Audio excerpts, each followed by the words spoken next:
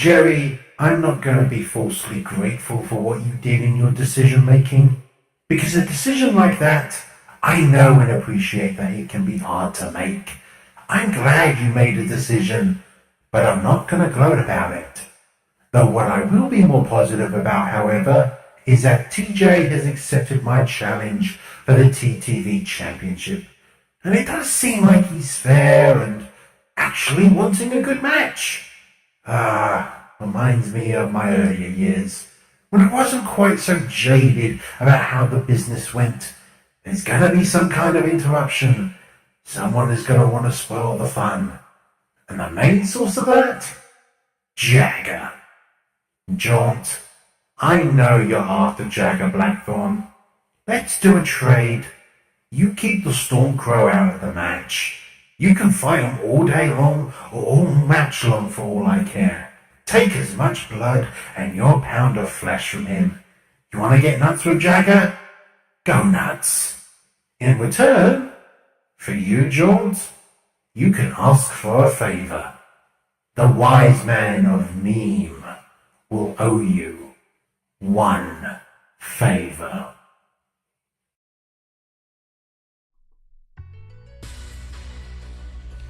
Good evening, Multiverse, and welcome to another exciting episode of MNW Warzone.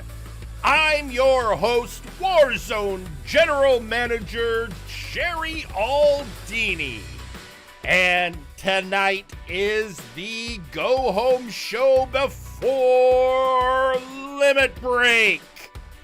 That's right, folks. Next week is our last pay-per-view on Warzone before Multivania, the weekend of August 2nd and 3rd.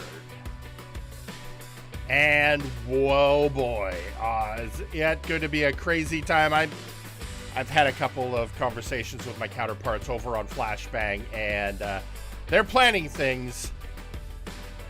I don't know what they're thinking, but they're planning things. But we've got great plans going on over here on Warzone. But first, we got to get through next weekend. And one of the things we're going to need to get out of the way, and it will be our opening match tonight, is who will face Sir Uncle Dunk for the Multiversal Heavyweight Championship.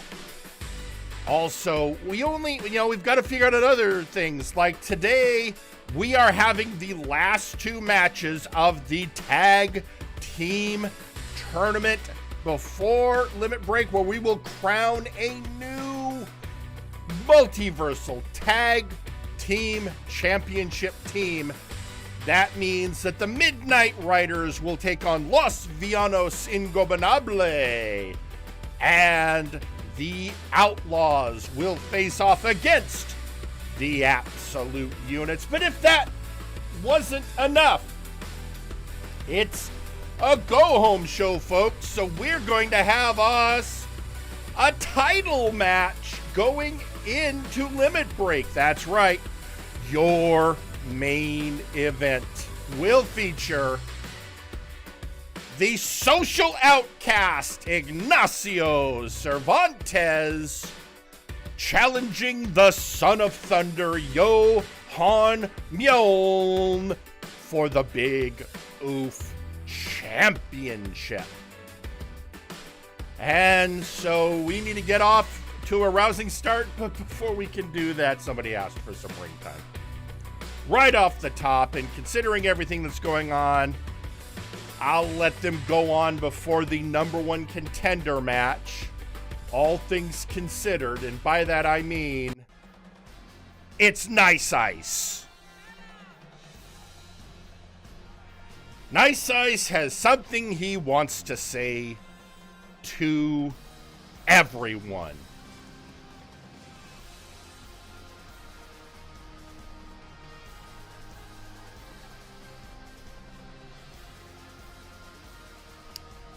So here he is, folks, the Siberian cyborg, leader of the International Combat Club.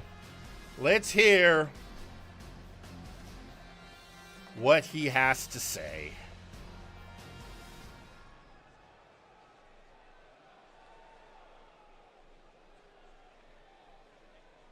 Greetings, comrades. It is I, Nice Ice. And Nice Ice has problem crawling into his boot and making it very itchy. And that is problem, well, two problem, actually. Hero Time and the Outlaws. And I know what you're thinking. Who cares? Well, they might be like little ticks, but they still make me itchy in uncomfortable places and must be dealt with. So I am going to deal with them both once and for all. Because they may be good guys, they may be bad guys, but they are all bugs before Nice Ice. So I am going to deal with them slowly but surely. I need to pick who is going to get stomped out first, so that we may cleanse and rinse. Or is that rinse and repeat? Never could keep that one straight. Well, it looks like someone has something to say to Nice Ice about this.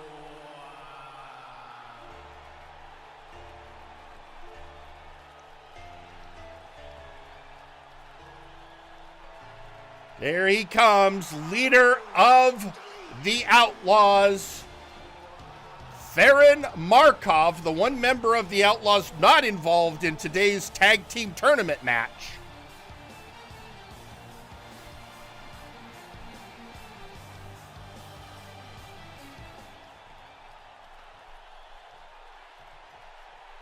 See what he has to say.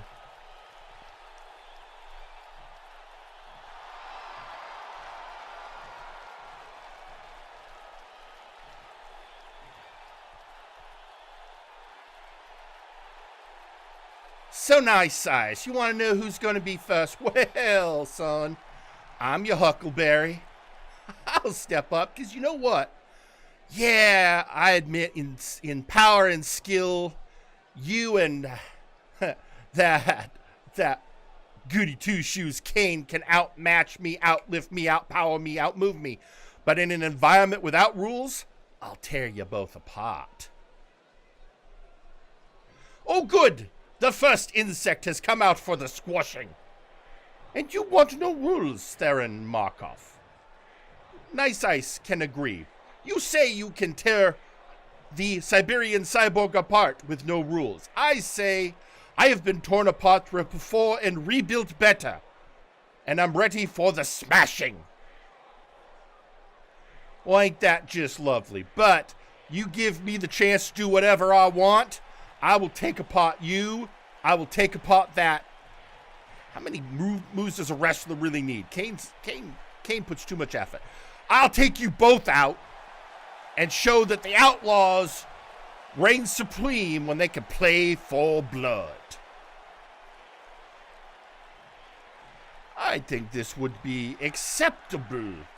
I too would like no rules. The blood, the carnage, the punching. Yes, I accept, but of course, that deals with you. But I still have the problem of the hero time. Well, that sounds like an easy answer. You know, why take out one problem when I can take out two? So all we need is, a little agreement. You, me, a triangle is a hell of a shape. Going on a three-way dance, just my kind of match. Well, looks like Kane heard all of those pronouncements.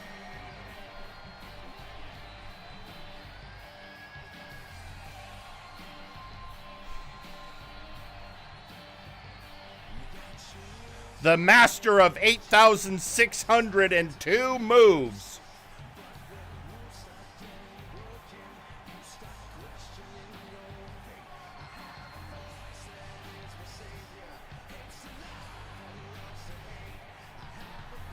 Theron's making room, realizing three's a crowd in a ring full of microphones.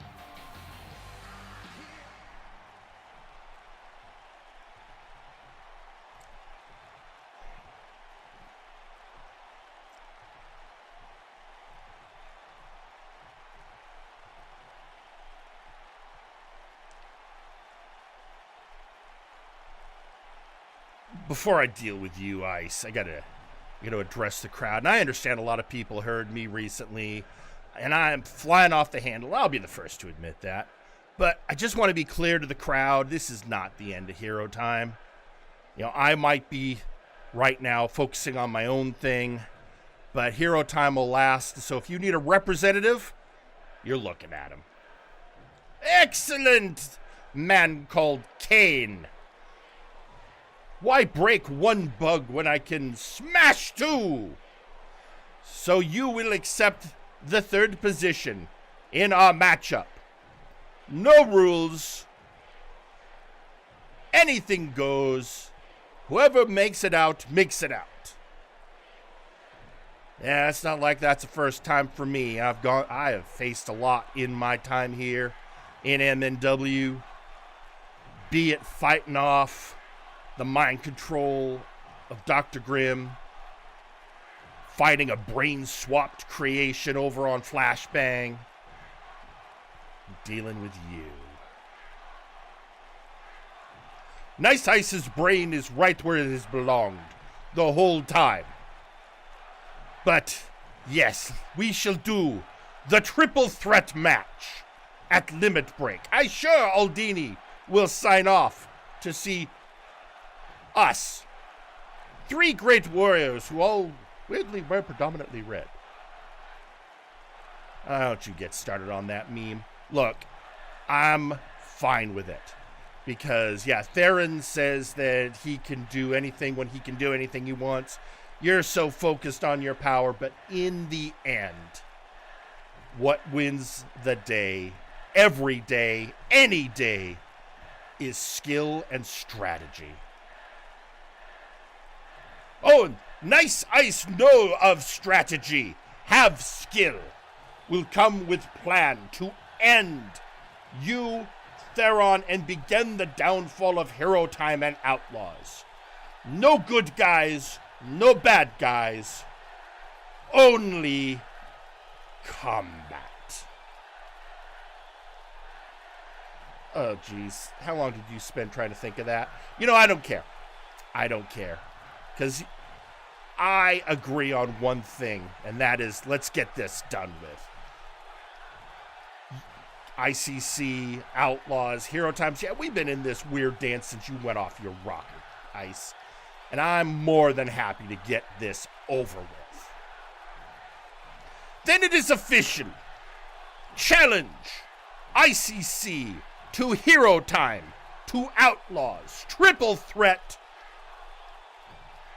No DQ, limit break. And we will take you to your limits.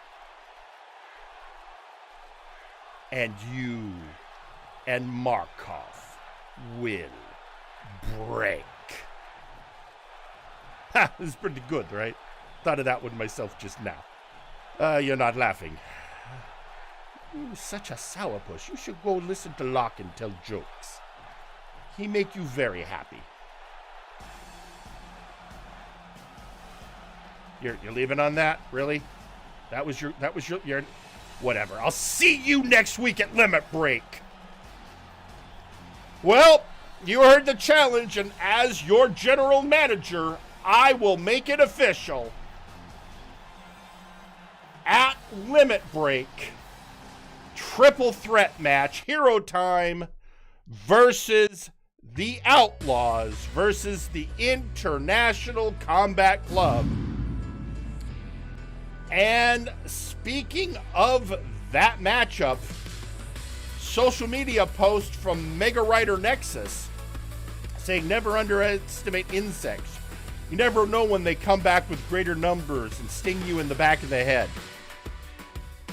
I mean, that's fair. Plus, how many insect-based superheroes are there? I think it's quite a few. And plus, we all know Buck Bumble. So, oh, and also tweeting out, one of the participants in one of today's tag matches, Outlaw member Nakano Kirishima, saying the Outlaws do triple threat hardcore matches at our practice compound and Markov wins. So just know who you called out. I mean, none of that surprises. All right.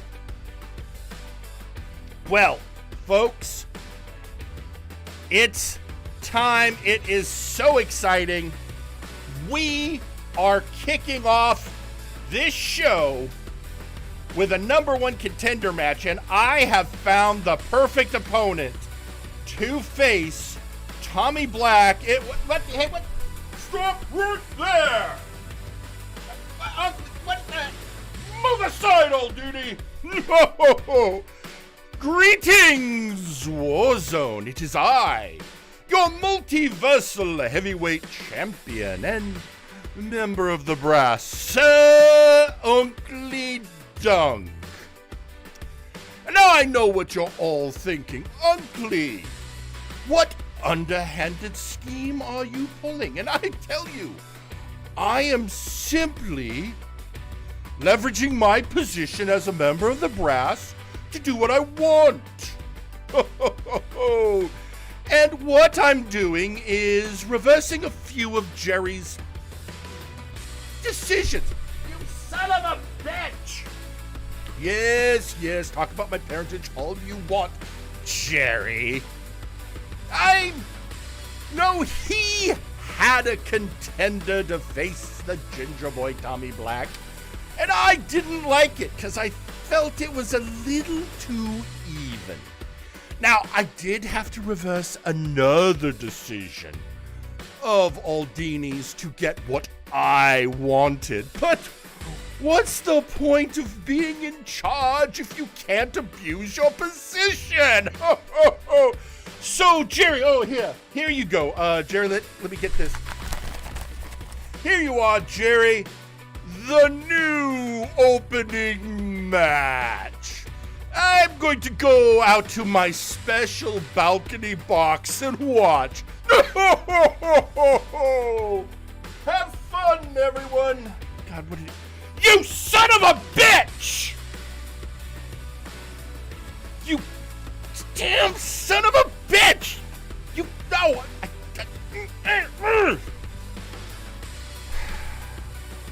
All right. Remember what Trixie always says, don't give yourself an aneurysm. You've been dealing with assholes like this your entire career. It's going to be fine. Folks, let's all I got to say is I'm sorry to a certain party. You'll know who you are. I am so sorry I had nothing to do with it. Let's head to ringside.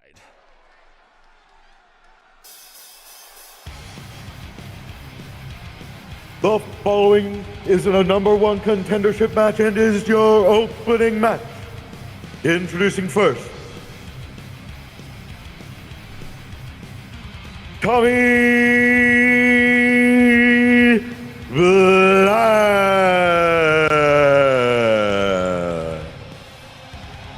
It's the Ginger Boy.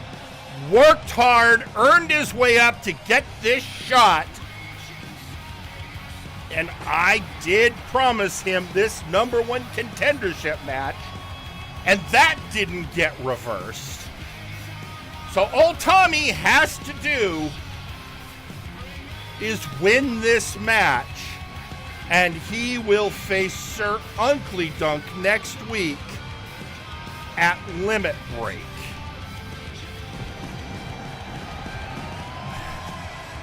But,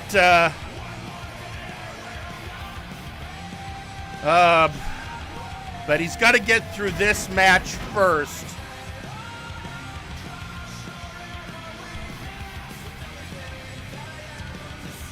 I just, it was great. I had the perfect opponent. It was going to be a stellar match.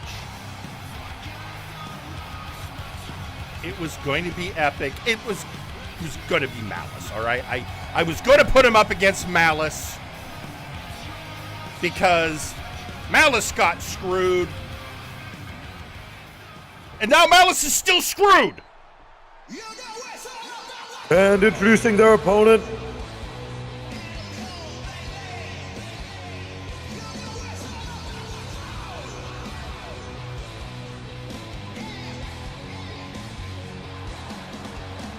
it's Zeta! The man I suspended indefinitely last week,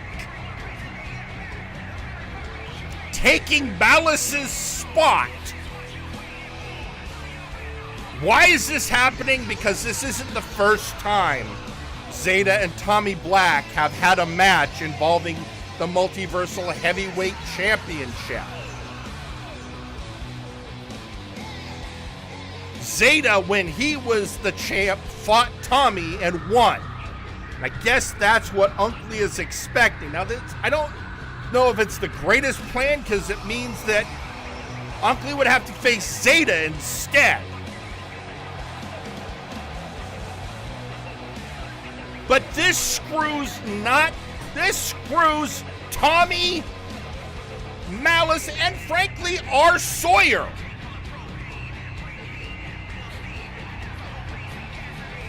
And after R. Sawyer had said all those nice things about me making the right decision. I mean, I don't know if they were necessarily nice things, but, we had that acknowledgement.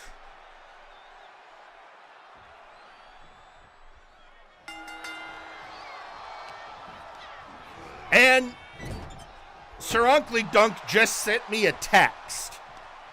Just saying, oh, I love being nasty. Yeah, you do.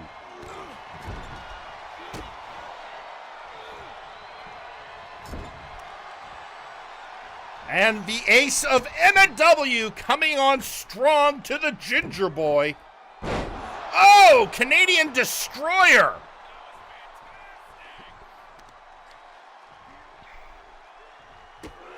Oh, and now just stop. Oh, but nobody home for that moonsault.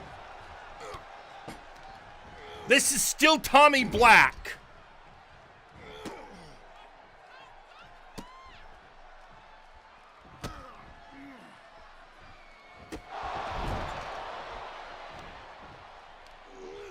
All right, Tommy going hard on Zeta.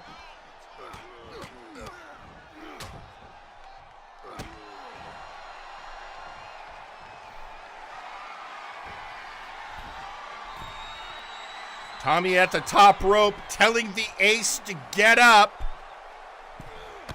Oh! Flying cross body.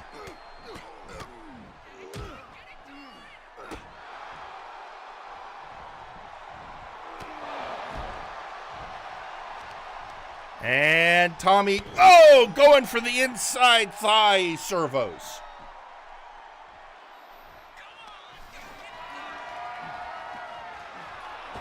Throwing the mech out of the ring, following after. Oh! Right in the ball bearings. Oh, and off the ring apron.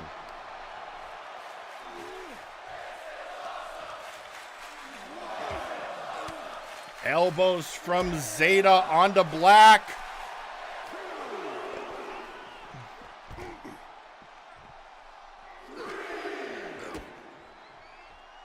And neckbreaker.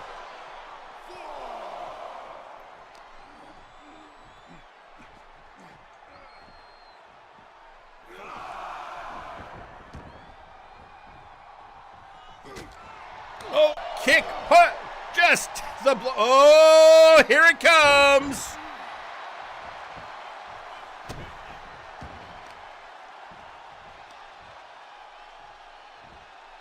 Oh, bringing him. Oh, right on the elbow.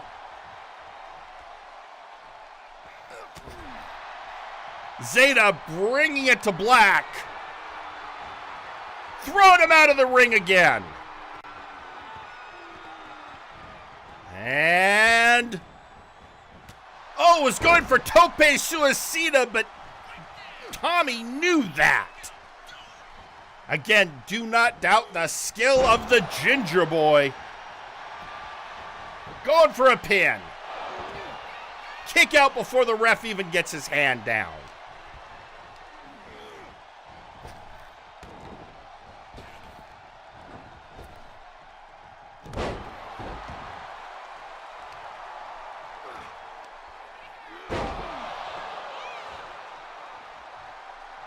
And Zeta going for, oh, missile drop kick.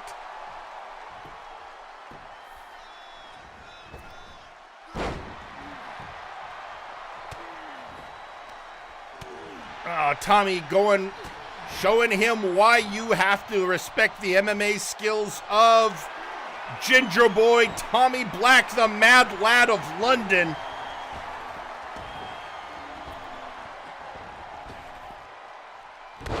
Oh! That was a backbreaker with authority. Future shock. Kick out at 2.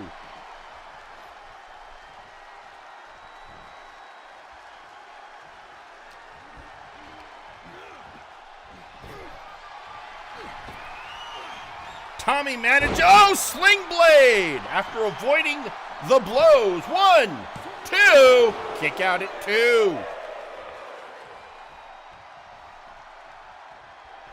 Zeta gets out of the ring. Tommy goes uptown. Oh, a missile drop kick of his own.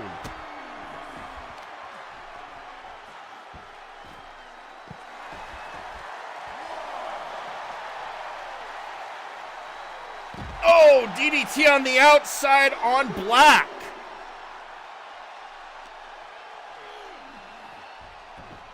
Tommy thrown back in the ring by the ace of MNW.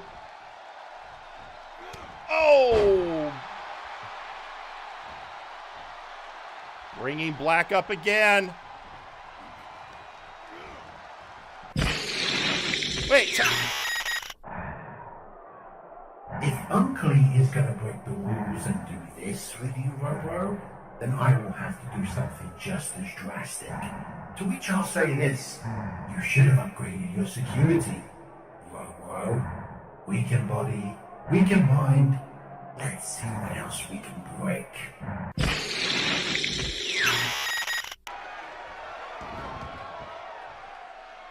Some kind of spasm just overtook Zeta.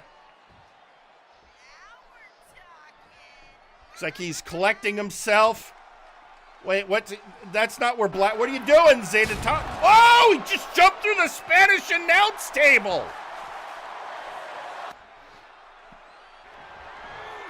Now he's heading back in the ring and, oh, Mad Lad kick.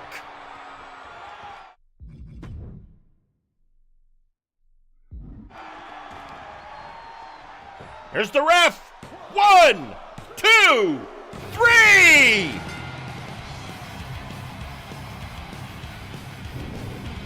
Your winner and number 1 contender, Tommy Black.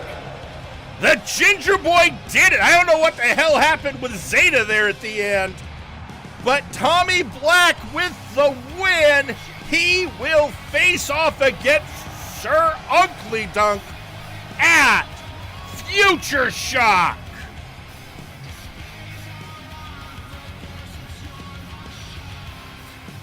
That will be a hell of a match. And I got this. This is weird. Got a message here from the undisputed Future himself, R. Sawyer, saying, well, time for me to show Sir Uncle Dunk why the brass don't screw with the wise man of meme. I mean, I kind of get it. He does feel a little screwed. But, I mean, hey, not too screwed. Tommy is still, I mean, a little screwed. Malice didn't get his chance to earn the title shot. But, you know, I think Rosso can take comfort that it's not Zeta, who, by the way, is resuspended. If I wasn't clear.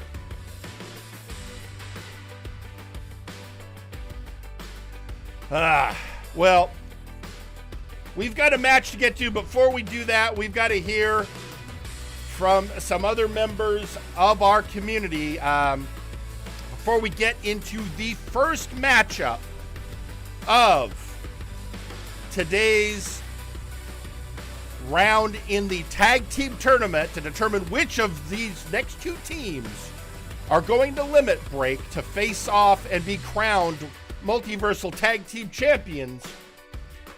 Let's hear from a dear friend of one of the people in this match. Folks, I give you Mega Rider Nexus. The biker's creed. Ride or die. Either you keep going down the road of your choice till you can't go no more, or you veer off and crash and burn. Hero time probably is at its end, but at least everybody is doing what it's intended to do. To do right where they can when no one else will. Guess I'm destined to ride alone, I suppose. This is how the Nexus is heading. A tyranny of greed and corruption, villainy is celebrated, and jerks who would rather make their own problems everyone else's. Then I better keep riding forth. The road to hell is paved with good intentions, after all. And it looks like I'm cruising down till I'm all out. Let it be known, Nexus. I'm still gonna keep fighting the good fight. It's better to burn out like a shining star going supernova than give up and fade away into the darkness. I'm gonna keep burning bright till I eventually die out. Keep riding to the horizon like the Nexus's new sun into the dusk. The least I can do is brighten up your days and kick the butt of an evil jerk who deserves it. So come on, Nexus! Let's ride! It's time to shine!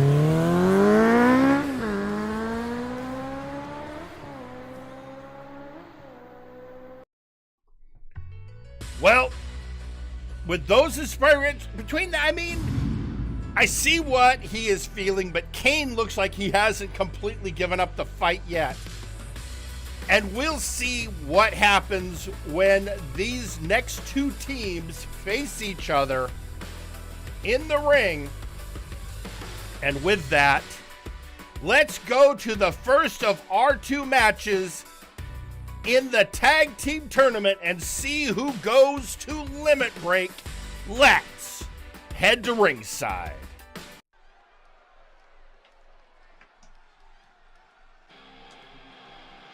The following is the semifinal in the tag team tournament. Introducing first, the Midnight Riders. There you are, folks, the Midnight Riders, the Blue Hood, and Power Surge, a team formed exclusively for this tournament, featuring the former leader of Hero Time, now known as the Blue Hood, and a man who wanted to be a hero and got waylaid by a lot of bad mentors, Power Surge.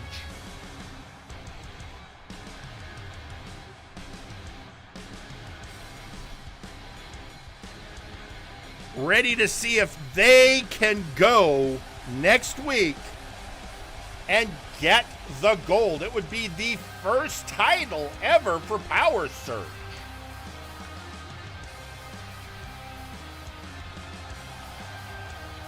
And Daver, maybe a chance to prove there is some heroism left here, that Mega isn't alone.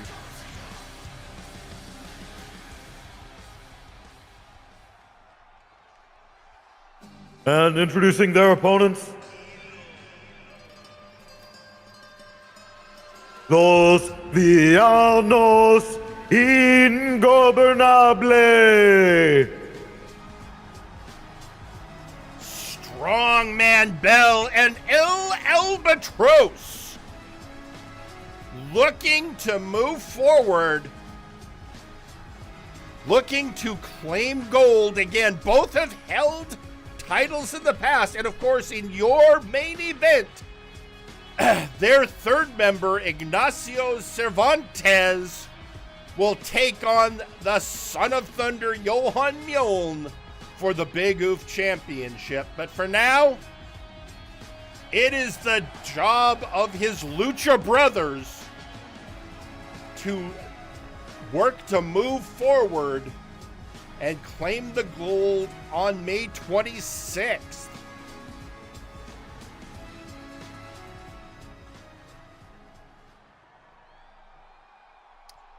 And we start off with the Blue Hood versus El Albatross, two wrestlers who know each other very well. They are two of the long-standing veterans of MNW. They predate the Inquisition.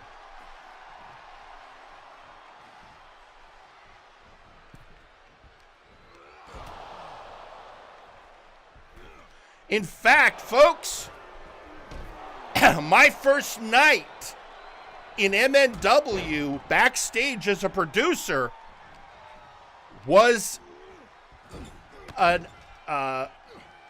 Apocalypse, the year of the Wish Upon a Brawl,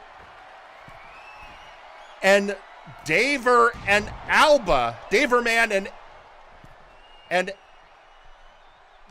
El Albatross, or I Albatross, I should say, as he was called back then, won the Wish Upon a Brawl with their trios partner, DJ Milsner. That was a long time ago when they were the Super Heavenly Beats.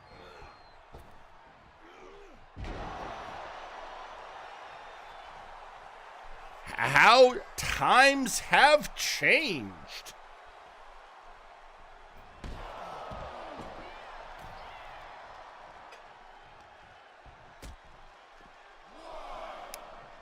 I think it's also worth noting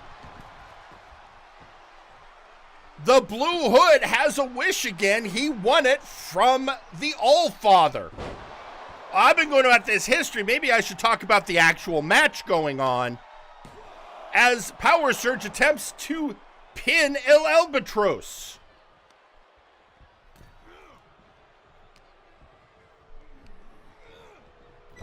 Whip into the corner. Going for a flying arm drag takedown.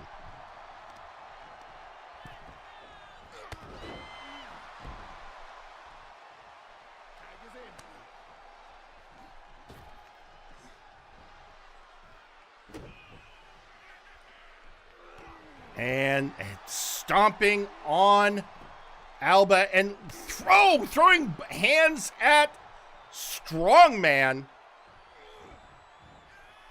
Oh, punch the breadbasket.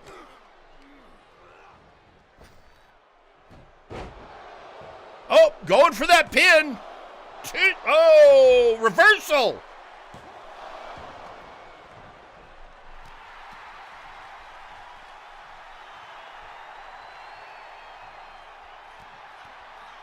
Daverman letting Alba get the hot tag. He knew what was going on. He wanted to face the Strongman, I think.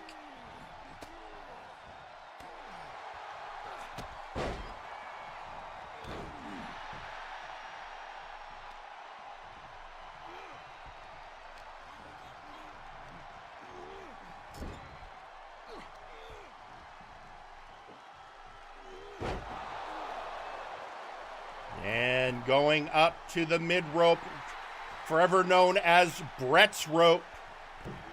Ah! Forearm strike from Brett's rope.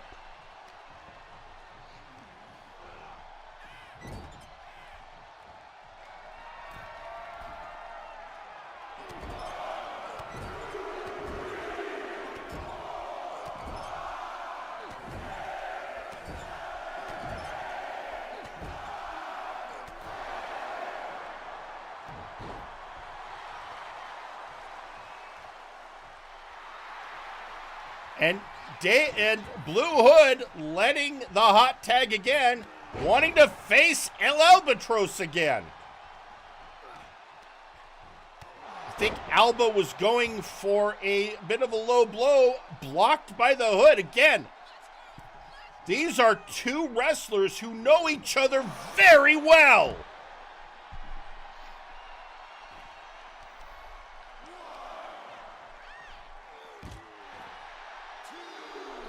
Right now, the Midnight Riders' chances are looking pretty good, but El Albatros fighting back wants to take Los Villanos to the pay-per-view and possibly Multivania.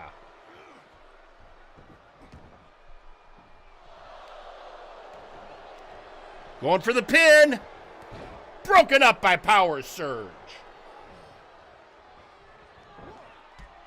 Oh, and a running bulldog by Alba.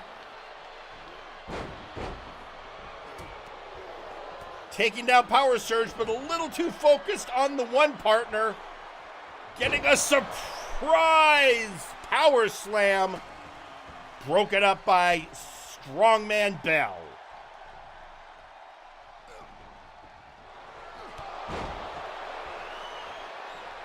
Going for a pinfall. 1, 2. Kick out at 2.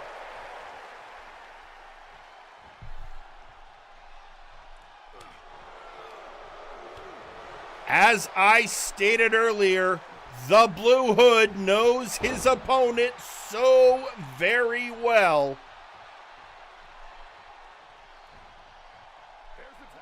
One-time tag partners. Power Surge coming in. Oh! Reversal by Alba and DDT.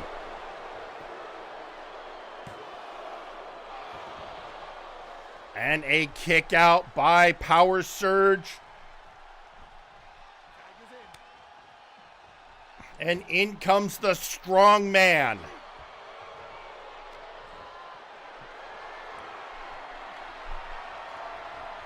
Snake Eyes!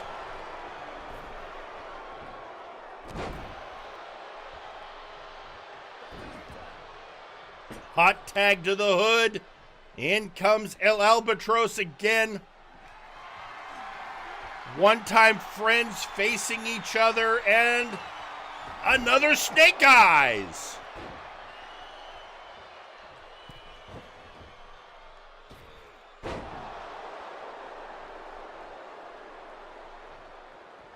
The Hood wisely rolling out of the ring.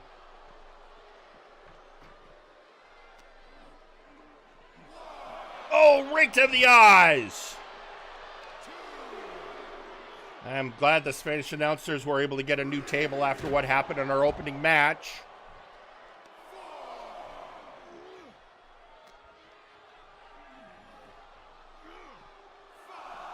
Alba throwing the Hood off to the side, rolling back in the ring, pumping himself up.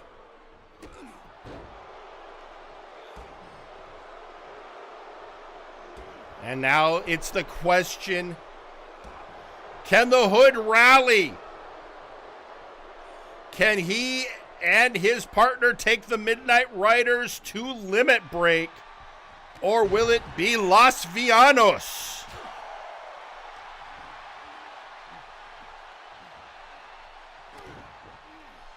Oh, headbutt in the hand, folks. I know it might look silly to some of you. It hurts like hell.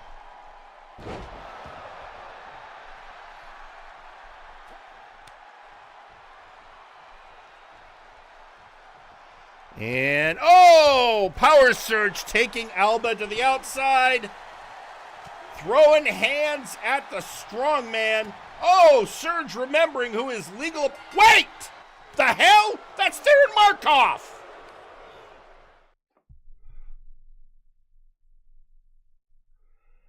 Oh, that son of a bitch. Did he just wait? We gotta wait to hear what the announcer says.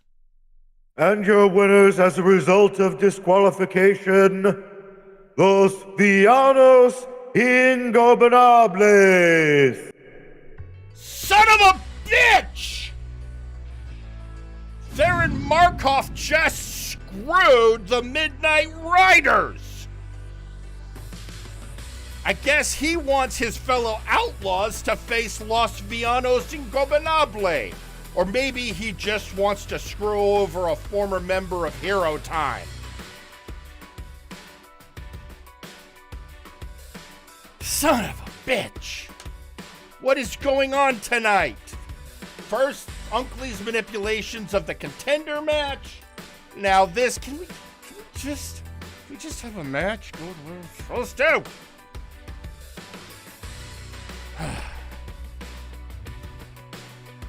Folks, it's one of those nights.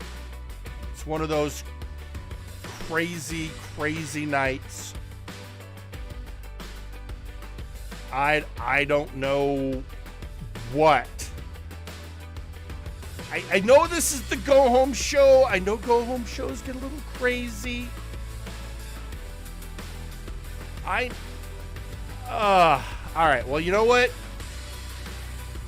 Someone asked for ring time. And as everyone here knows, my rule is always that when a current belt holder wants to get into the ring and address the crowd, my position is always to allow it. But with the way things are going tonight, with this next one, I am a little worried. Because it is your Nexus Titan champion, the Daggerick. This has been a weird evening, hasn't it? First, well, Jerry, sorry about you getting screwed over by Unkley. Malice, ooh, so sad you didn't get your title contendership match. As for Tommy Black, yeah, fine, go fight Unkley Dunk, see what I care. I'm more concerned with a certain Goliath who's making all kinds of noise. Oh, I'm a great trainer. Look at how all my proteges are doing. Well, that's all shite, ain't it, Gorm? Your time of glory has passed. All you can do is teach. It's not like you've got anything else of note to do anymore. You are irrelevant and ain't nothing but a shade of your former self. So, Gorm,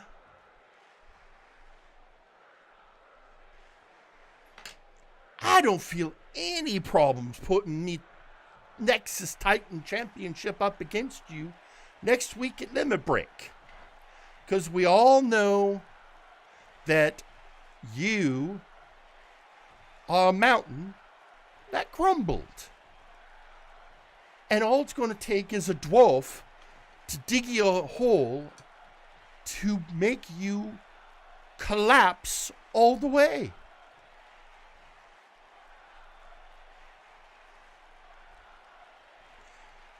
So, come on, get ready however you want for your last moment of glory, the last moment of relevancy at Limit Break, courtesy of the gracious Dwarven King Daggerick. It'll be the last time anyone pays any attention to you. It's only going to be, oh, you remember when Gorm was a thing? And all you can point to is, oh, look, that person who's doing something relevant was trained by Gorm. That's all your legacy is going to be. A person who trains other wrestlers who are, let's be honest, in all likelihood, flashes in the pan. Have a good night. See you. Oh, it's Gorm. I think Gorm took exception to something. Maybe everything Daggerick said. as he kicks him in the chisels. Oh, right down he goes. What was that about making the Goliath crumble, Dag?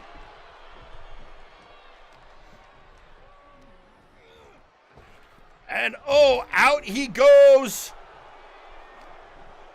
And looks like, yeah, that looks like the Gorm of old. Doesn't even care about the ref. Sliding out.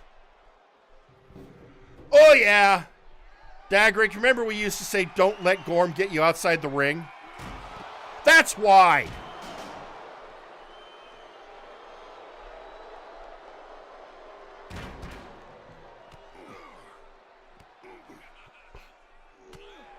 Oh, Gorm just laying into the dagger. Folks, next week at Limit Break, it is the Goliath versus the Dwarf for the Nexus Titan Championship.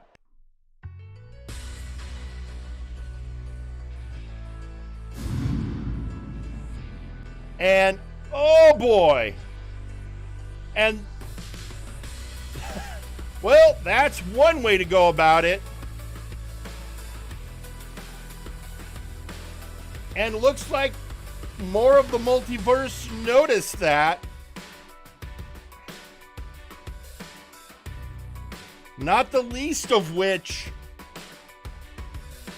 Absolute Washington saying, I believe there should be more security for this tag team tournament. You're telling me, Absolute. Washington, of course, is in that next match. Well, not next match. Later in the show, we have our last semifinal round when the Absolute units face the Outlaws to see who will face off against Los Villanos. Also tweeting out on that, Khan saying a dwarf picking a fight with a boulder. How very on brand. And he is not wrong.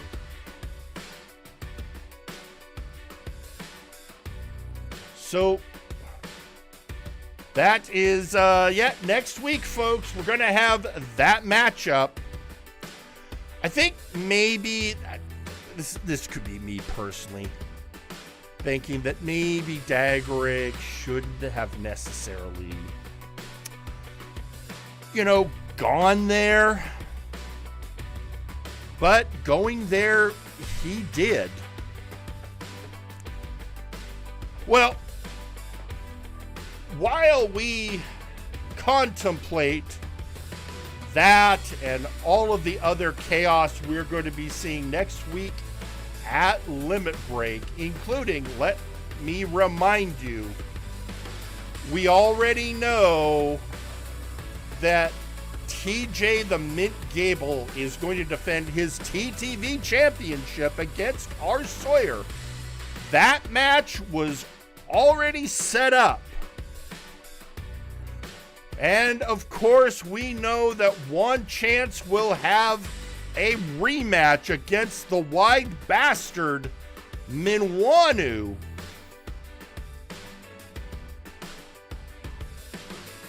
And folks, it's just going to get crazy with adding Tommy Black versus Sir Uncle Dunk for the Multiversal Heavyweight Championship and a three-way dance between Nice Ice, Kane, and Theron Markov. But now, this next matchup, we had a lot of great teams in the tag tournament.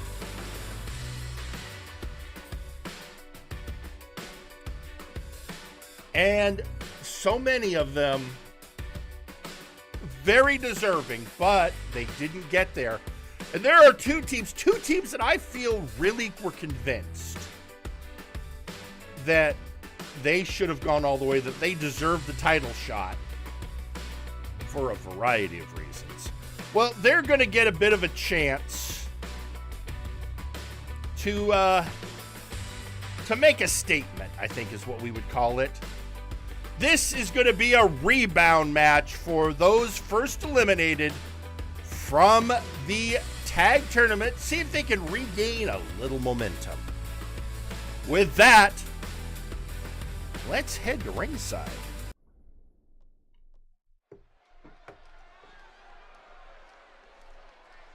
The following is a tag team match and is scheduled for one fall. Introducing first,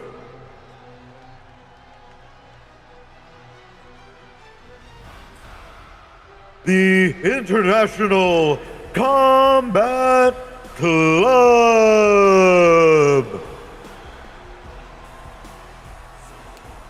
The ICC. Now, the International Combat Club held the Multiversal Tag Championships, Lock-in with his partner, Sergeant Major Payne, until a vicious attack put Sergeant Major Payne on the injured list, not medically cleared to wrestle, forcing them to relinquish and setting off the tag tournament. And there's still a lot of questions that abound about who put Payne in the hospital. And let's just say we're going to have a match later tonight revolving around that very question. But we're not there right now. Right now, we are on this match from people who were in the tournament, eliminated round one, and feel they deserve a rematch.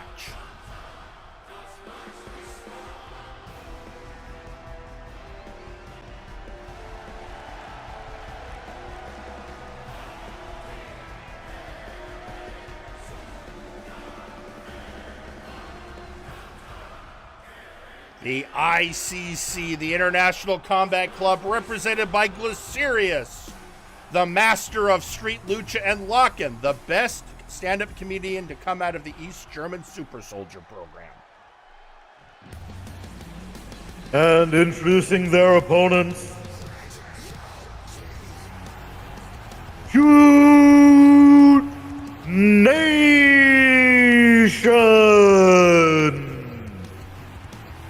And now, Devin and the Scorpion, Jack Abbott. Devin is getting increasingly frustrated because he feels that Shoot Nation should have had a title shot a long time ago. And he has let me know personally that he's frankly sick of being forced to prove that he deserves a shot and getting shoved down, as he puts it.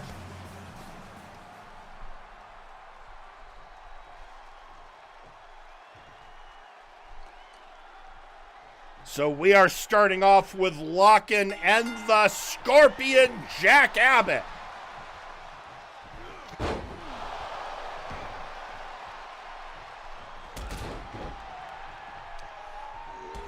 And folks, it's so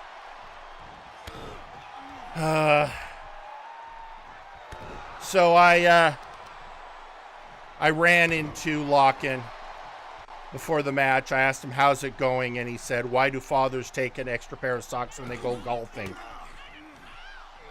In case they get a hole in one.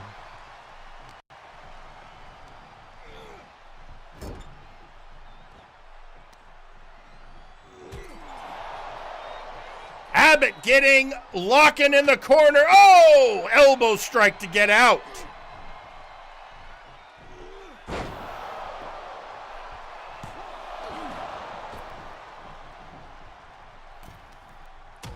Oh, Lock-in going after Devin, ignoring the legal man. And Abbott decides to do the same for Glycerius. Good for the goose step, good for the gander.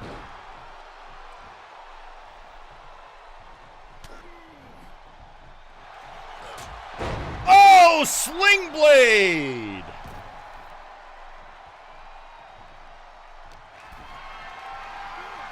Oh, wait a minute. What's he got planned? And hung out to dry. And another for Devin.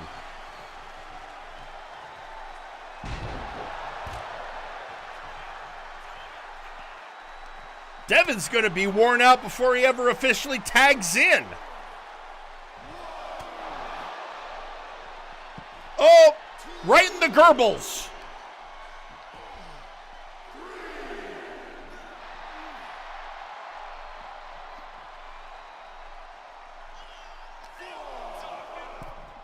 Oh, right off the Spanish announce table, they're complaining they already had to replace it once tonight.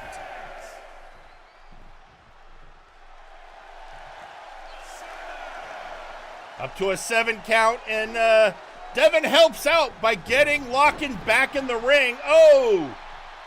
Jack was going after to mess with Glycerius and found out why he is the master of street lucha. Headbutt ya! Here's a reminder that Jack Abbott used to train with the Ginger Boy Tommy Black. Jawbreaker on Abbott. The Ginger Boy, of course, the #1 contender.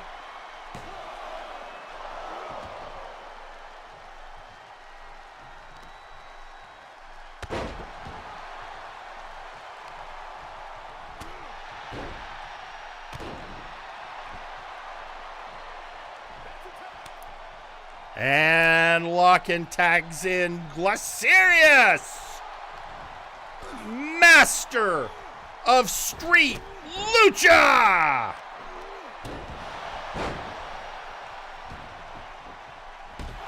Oh, and again, out goes Devin. Devin has seen a lot of action for a match he hasn't officially been tagged into yet.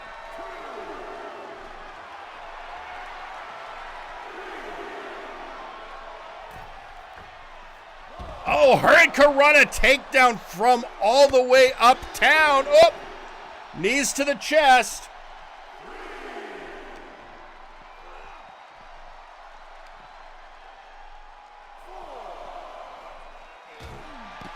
And Abbott decides if he's going to have to take an extra moment, he will. Oh, styling. We're up to a 7 count, you guys. Get back in the ring.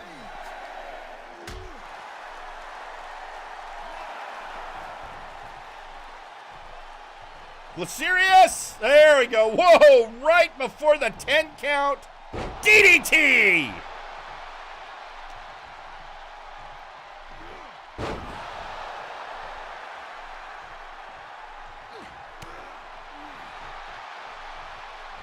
Quick elbow by Glycerius. Ibreak. Oh! Right in the snowballs.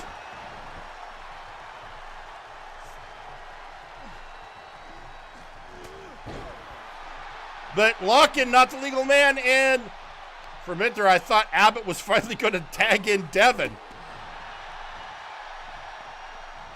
Oh, no, he just wanted to get another hit. And after all this punishment, Devin is now officially in the match. Oh, kneeling DDT. And again, normally when you get your first tag in, you're the freshest man in the match. But considering how this match has gone, I don't know that that's necessarily true for Devin. And in comes the example of biocomedical engineering. But his power dealing with the agility and MMA skills that Devin brings to the ring. He's used to fighting big guys and bringing them down. Up, leg sweep by Locken. But again, that agility and ring savvy that Devin brings to a match. And again, cometh the Scorpion.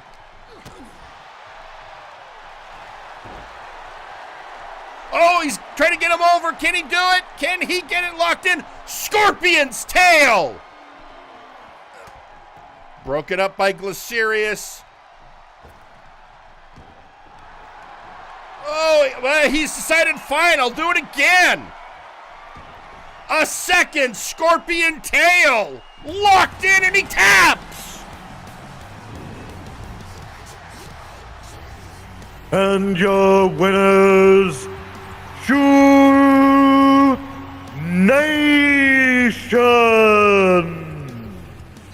Well, on the night, their friend Tommy Black earned the #1 contender shot.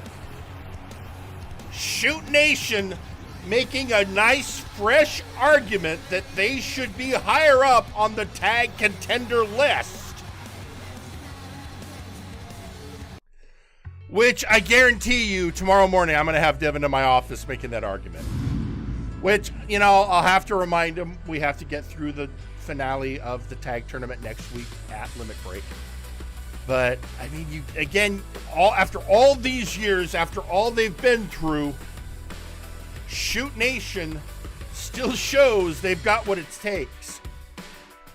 Which I find particularly interesting, considering who's in our next actual match. Because at one point in time, Shoot Nation was a trio.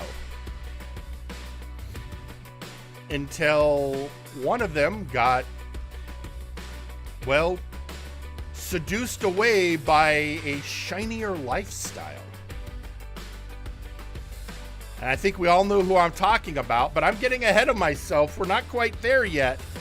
It's our next match, but somebody did ask for some ring time to address the crowd. And after everything they've gone through, I'm going to let it happen. So, folks, we're going to head to ringside and we're going to hear from none other than the leader of the Night's Watch, Alistair Evergreen. I'm going to say something that I don't think a lot of people usually expect to hear ever, but Seth Jackson was right. The Night's Watch hasn't gotten a significant victory over Adrian Driscoll and Probanaga. But that changes right now. I, Alistair Evergreen, the Hardcore Hound, leader of the Night's Watch, am officially challenging Adrian Driscoll and Probanaga to a match at Limit Break.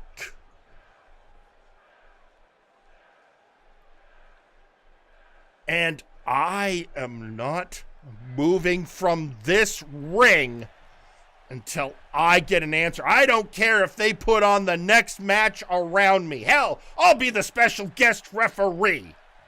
But I am staying here until I get an answer from either that unblinking bastard or the guy. Well, I think he's going to get his answer. Thank goodness I didn't want him in the ring for that next match. He would have stayed. But it is, as he put it, I want to emphasize, Alistair said this, the unblinking bastard is coming out. That, of course, being Adrian Driscoll. No one has ever seen this man blink.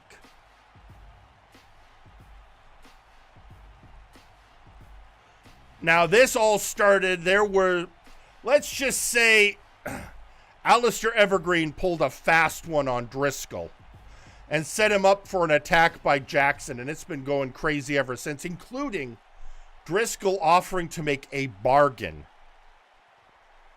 with Westwind, which the less said about that, the better. Now, let's hear what he has to say.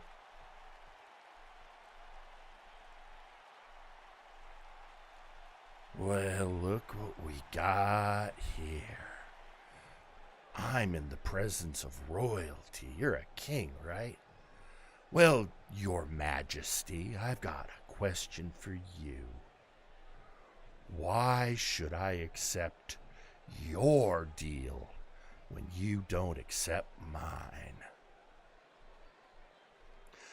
Well, here's one. I'll sweeten the pot, Driscoll. Let's make this a trios match. Me, Westwind, and Gunnar Birch against you, Probunaga, and a partner of your choice.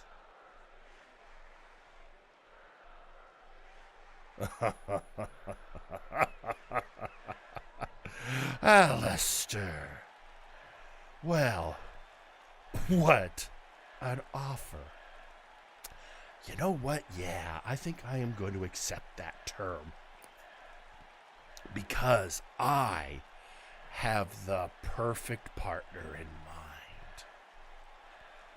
Well, I've seen you pull some weird shit. I still don't know how you got the janitor to revert back to his old ways. I don't know what you did to Seth Jackson. I can only imagine who you're gonna pull out of your bag of tricks, but it doesn't matter. My Night's Watch are gonna put you down. Oh, Alistair, when are you ever gonna learn? Betting against me is like betting against a casino in Las Vegas. The house always wins.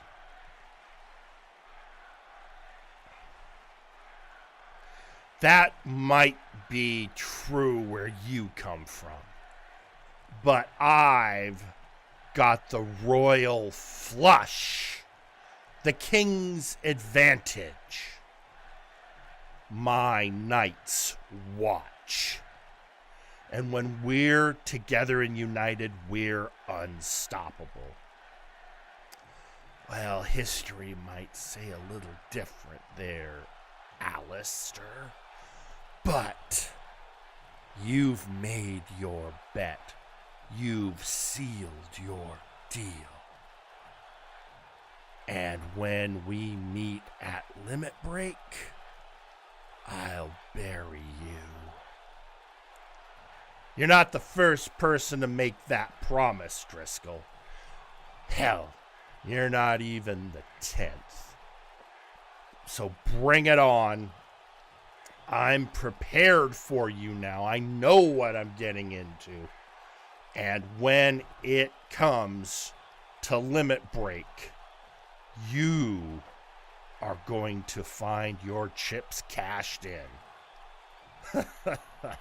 How nice you can keep up with the gambling metaphor. But this isn't gambling. This is the crossroads, Evergreen. And you just made a bargain with me.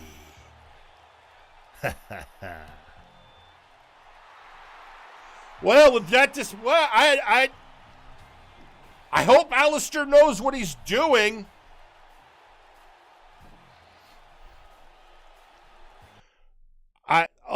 So many weird things have happened around here ever since we got Driscoll on the roster. I still don't remember signing him, even though my name is on the paperwork.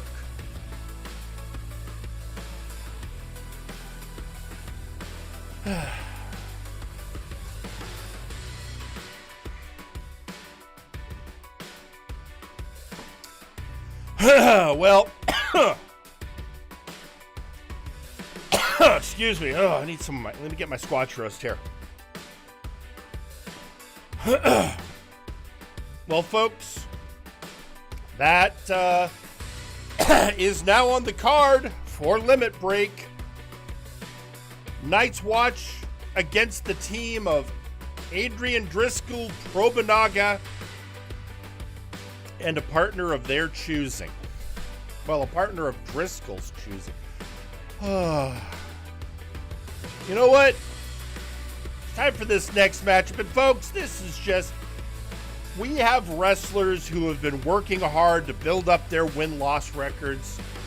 And some people who have been doing some great work. And this is the latest clash between two of those wrestlers, including, as I said, one who's got a very, very strong connection to Shoot Nation. You all know who I'm talking about, so let's head to ringside.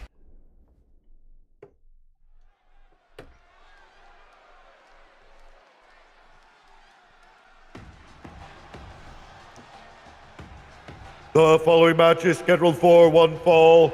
Introducing first, Leon Arcaster.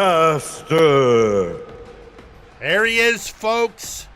The Toa himself.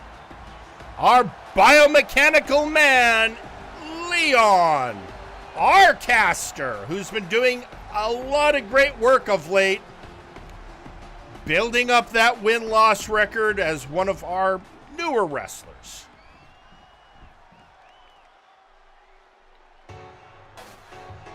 And introducing their opponent, Suplex Sam. And there he is, folks. Former member of Shoot Nation and currently the last man standing from VIP.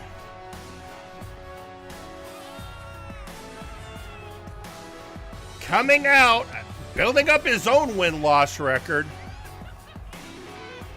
I'm curious what he thinks about how Los Villanos Ingobernable made their way to the finals of the tag tournament, considering technically they are a sub-faction of VIP.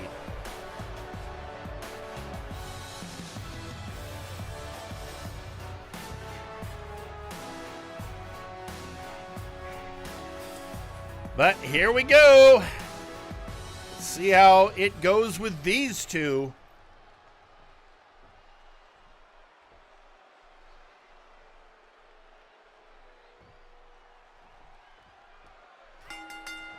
And they're off.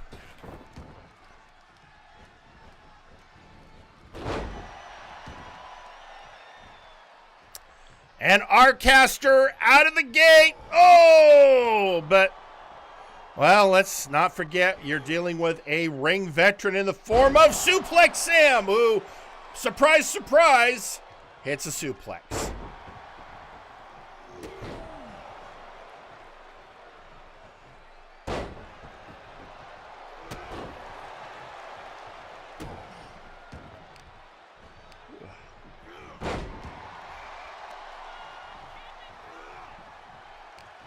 And Arcaster whipping him into the ropes. And, oh, flip kick.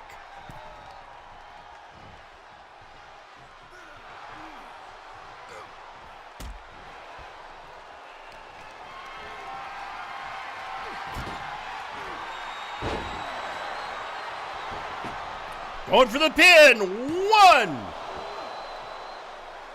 And a 1 count.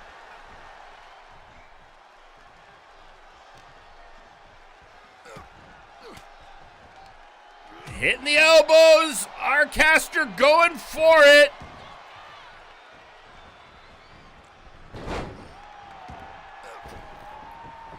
Can he? Oh, Sam getting in the ring again.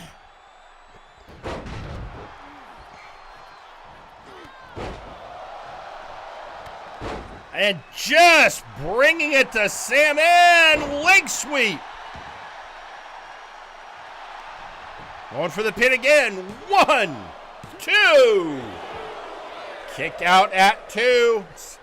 Suplex Sam is not going down that easy.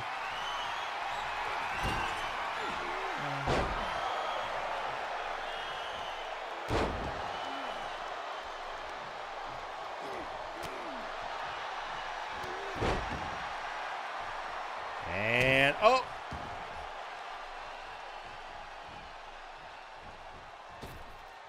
Oh! Nah, that's why it's called high risk, folks.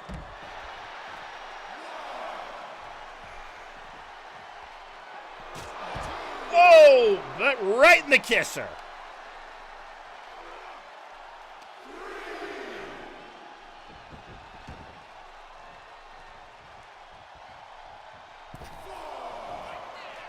Oh, suplex got him in a bear hug. Oh, and that didn't last long. Oh, I hated getting clapped in the ears back in my day. That was a flying bulldog. Well done, Leon. Oh, right in the back.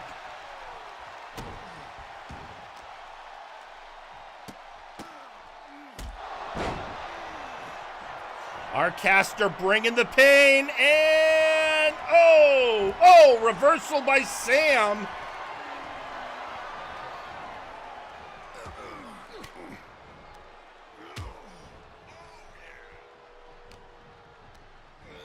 Whip into the ropes. Oh, it's going for a kick, but Sam used the ropes, put on the brakes.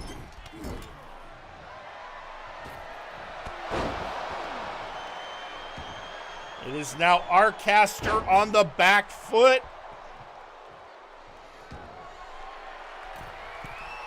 Sam going upstairs, realizing our caster's moving and didn't like that.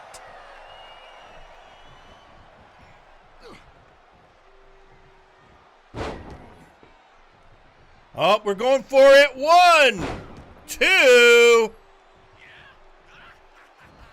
3 times a lady. The triple threat.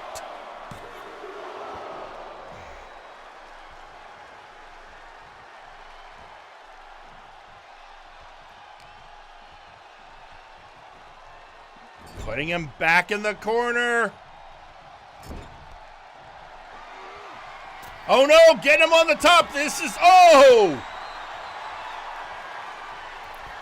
and Hurricane Run, a takedown to a pin. Kick out at 2. Sam was setting up for a top rope Samplex, and our caster did not like that.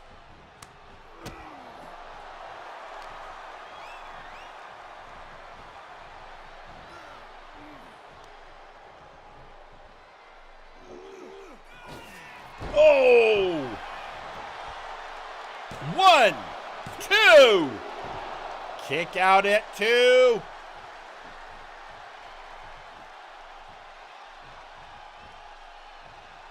Bringing up our caster again. Oh! I think he busted the biomechanical man open.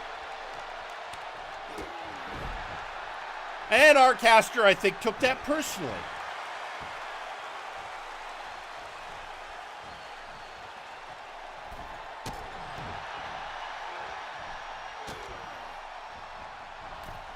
And up, going up top end, coast to coast. Going for the pin. Kick out at 2.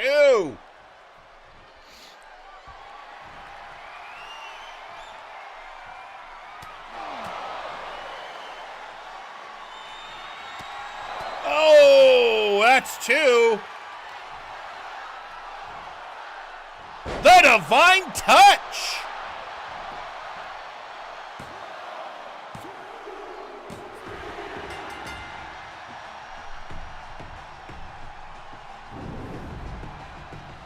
And your winner, Leon Arcaster.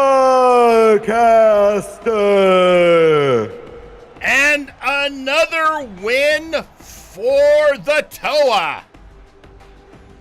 Building up his resume, folks. And I'm telling you, folks, I am liking what I'm seeing. I see a bright future for our caster.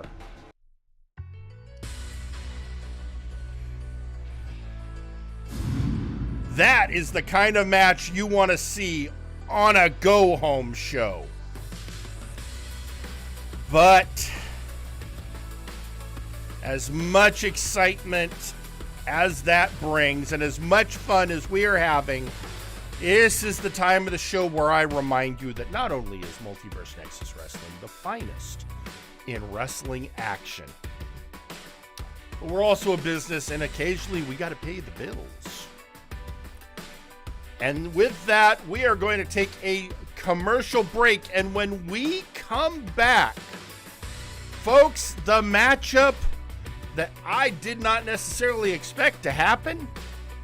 But as I said early, we've got some people who have some very strong feelings around the question of who attacked Sergeant Major Payne.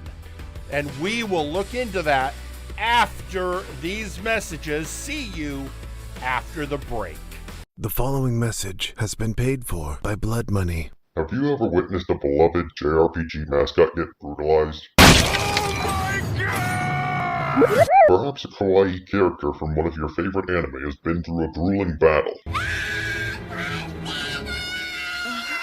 Or perhaps some jackass just gets off on inflicting pain to them. Well, don't just stand there.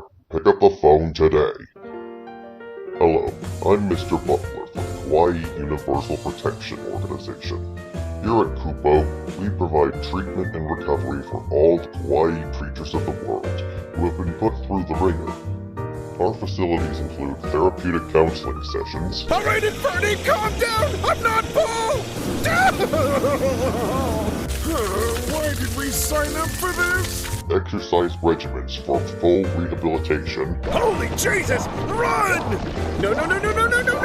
Dang nabbit, I told you not to mix up the greens in their diet! And of course, our serene and peaceful med wards. Oh, sweet unholy heaven, who let the Tonberries out of the secure way? Yes, indeed.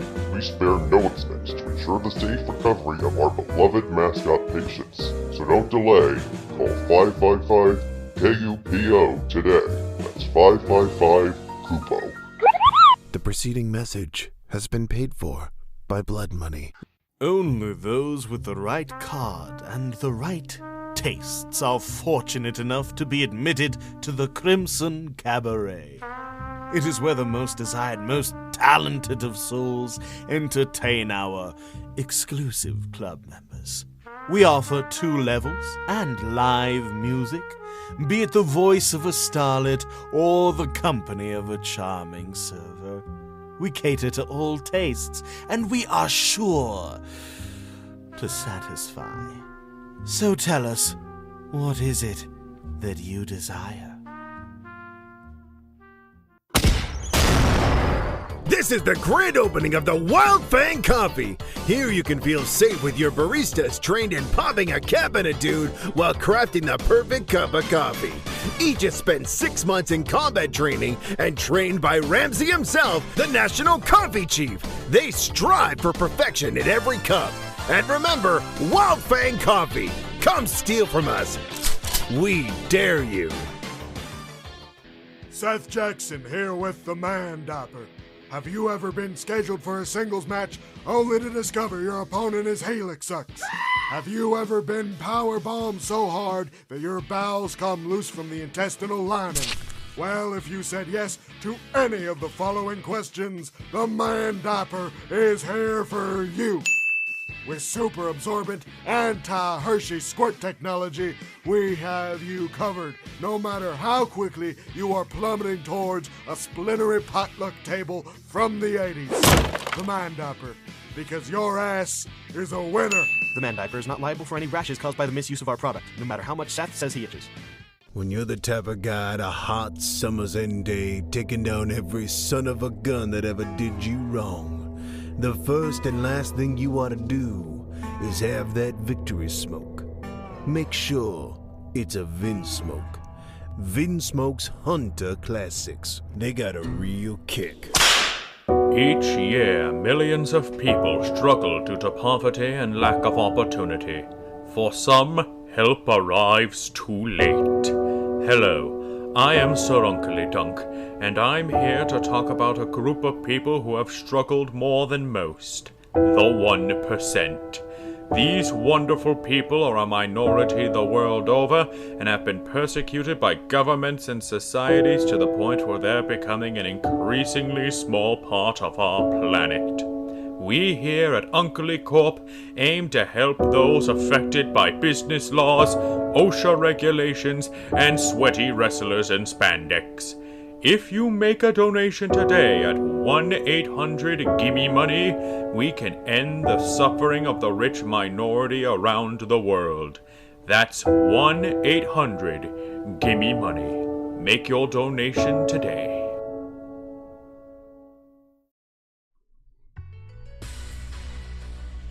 And we're back. And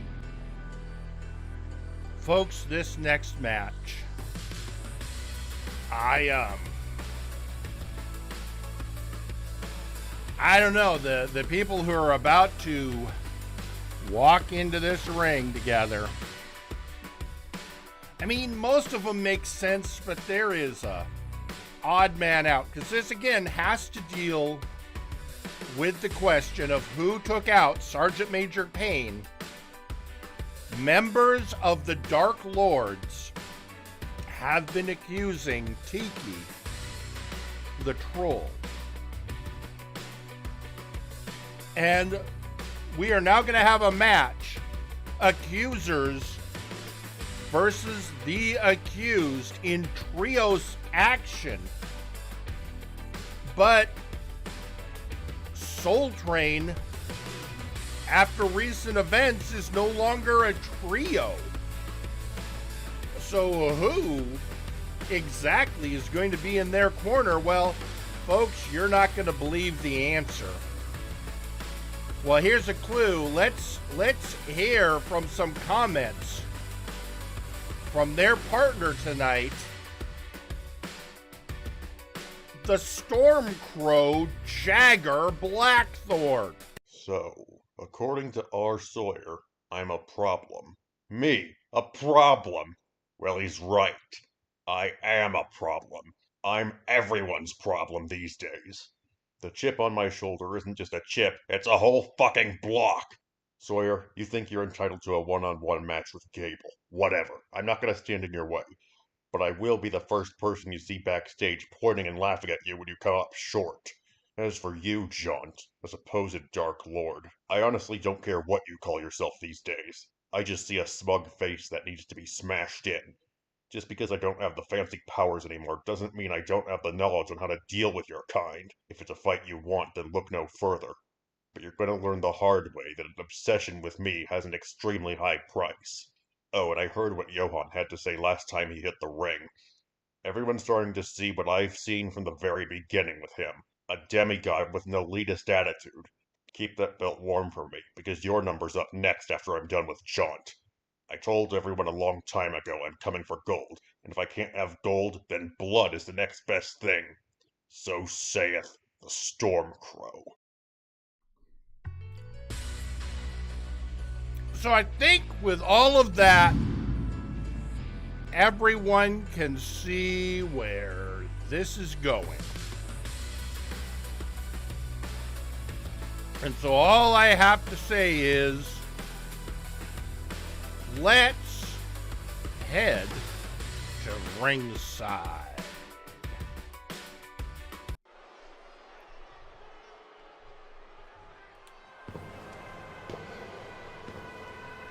The following match is a tag team trios match scheduled for one fall. Coming to the ring first.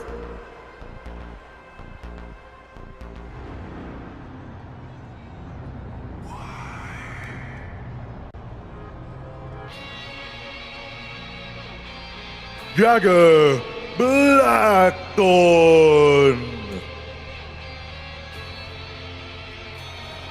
The Stormcrow. And why is he here? Well, twofold. Obviously, there is a lot of, pardon the pun, bad blood between him and the Vampire Lord Jean Tristram.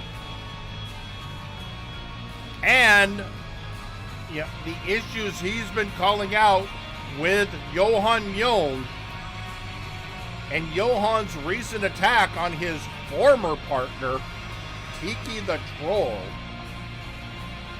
Yeah, it doesn't take a lot to figure out why Jaunt is here, and you know he'll be afterwards watching our main event intently.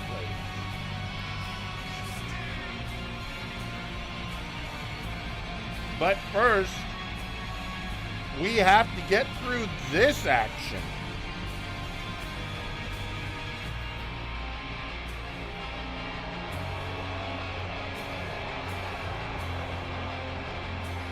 A long way from, well, the days of the Omnislayer.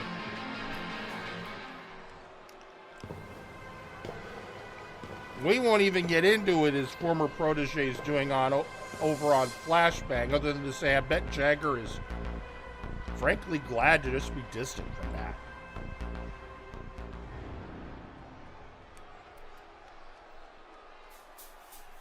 And introducing their tag team partners.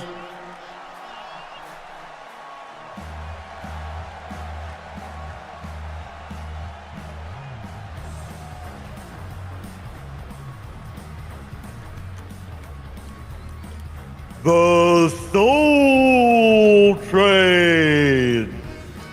And joining the Storm Crow is Takey the Troll and the Punk Master Ghost.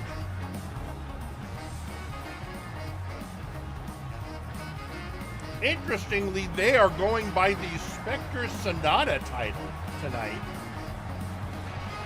I think this is a message being sent. I don't fully understand it. But then again, I'm not a ghost. Sonata.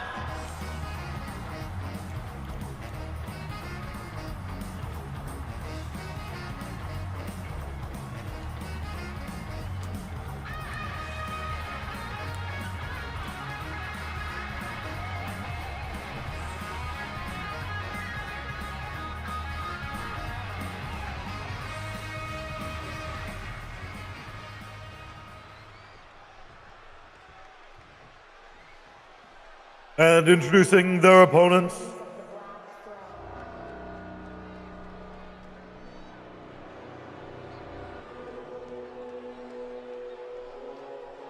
The Dark Lord.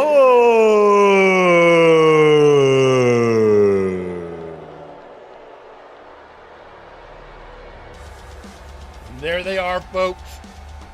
The Sith Lord, the Vampire Lord, and the Fey King. Exar Kun, Jaunt Tristram, and Earl King West.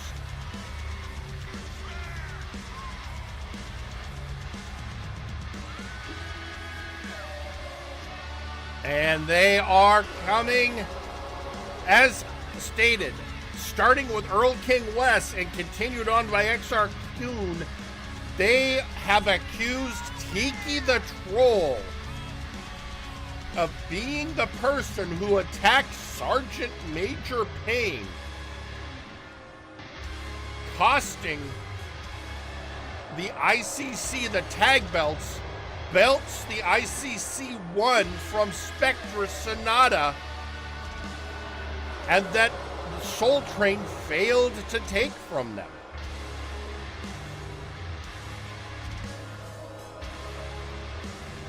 Which is interesting, but doesn't fit the normal modus operandi of a certain troll we know. And we are off.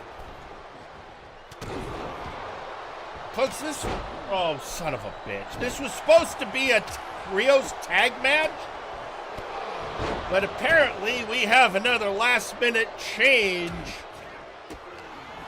Courtesy of Sir Uncle Dunk.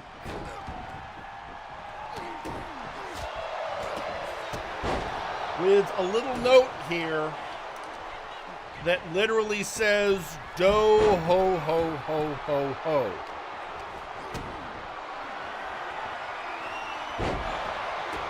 Because we're not going to have a normal night, folks. Sorry. This is the go-home show before limit break.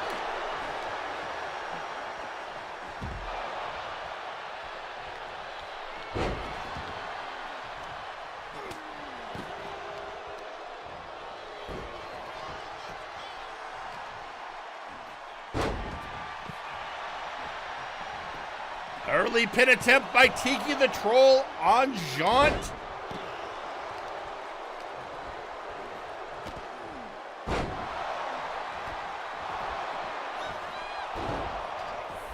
And we have... Folks, usually I complain about a lot of red and black. There is so much black here that when I wear on the distance cam, I'm trying to figure out who the hell's fighting who. At least I can tell Punk Master and Tiki. And Jaunt. All I know is Stormcrow is currently fighting the Earl King and the Sith Lord. And I think Tiki just threw the Sith Lord, or the Earl King into the... Yeah, I think that's Earl King versus Tiki, the person who first accused him.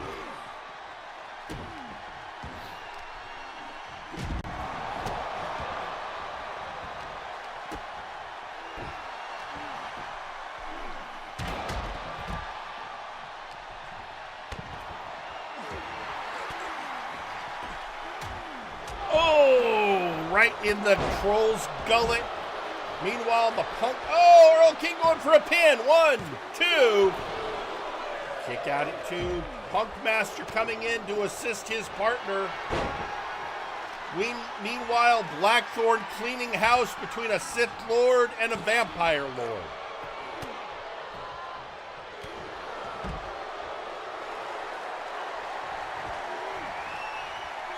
Tiki doing something to Jaunt, probably to his leg. Oh! Bear hugged by the Sith on the Ghost.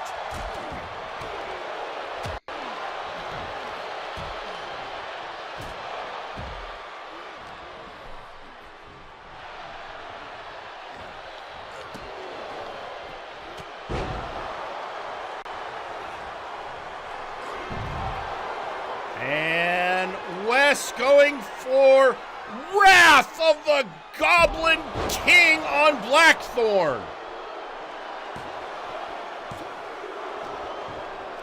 Kick out at 2.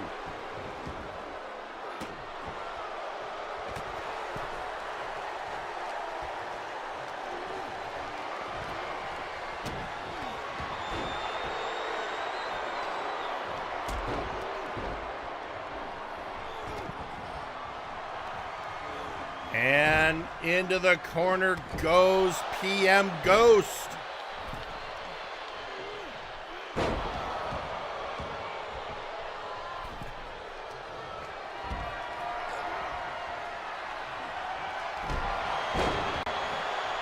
And oh!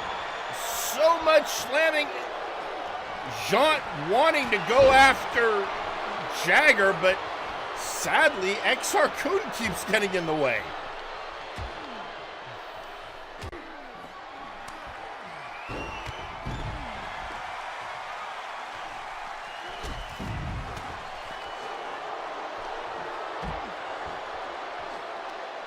And going after Jaunt in the ring. Only 2 in the ring, so only pinfall or submission can count. Wes breaking up the pin, and looks like he's going to the well again. Another Wrath of the Goblin King.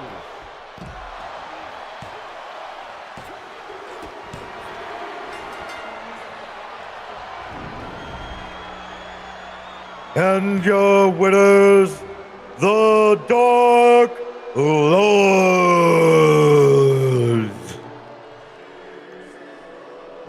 Son of a bitch. Dark Lords win, and I think they're going to use this as evidence, as in trial by combat, on Tiki's guilt. However, let's remember, I'd still like to see something more than a pair of boots running away. All right, well, anyway, it's time now, folks. We know you've been waiting for the tag tournament to get to the next... Hang on a second.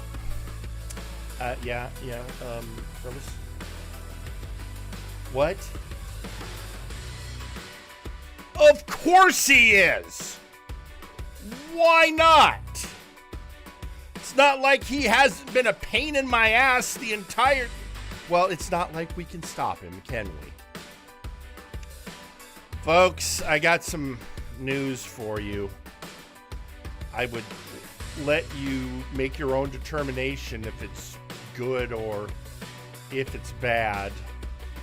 I know what I think, but what do I know? I'm just the general manager on this program. Whereas he is our champion and a member of the brass.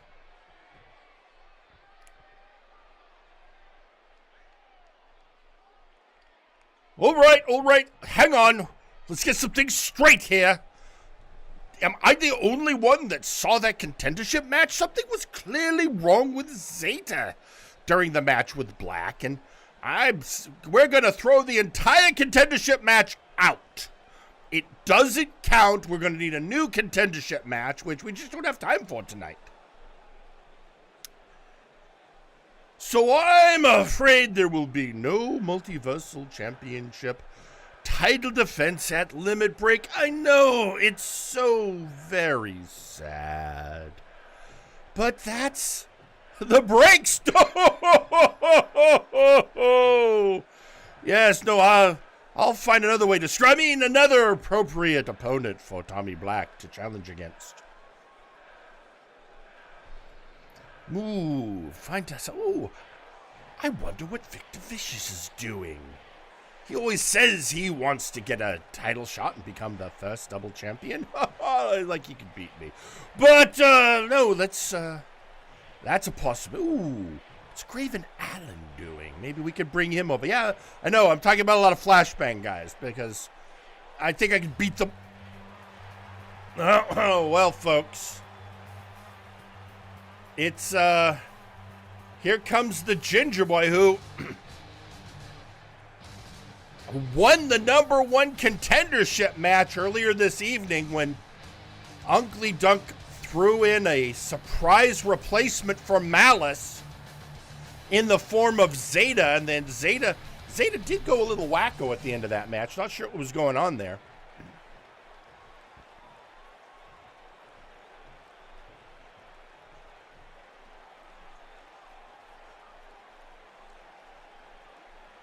Oi! Shit for brains.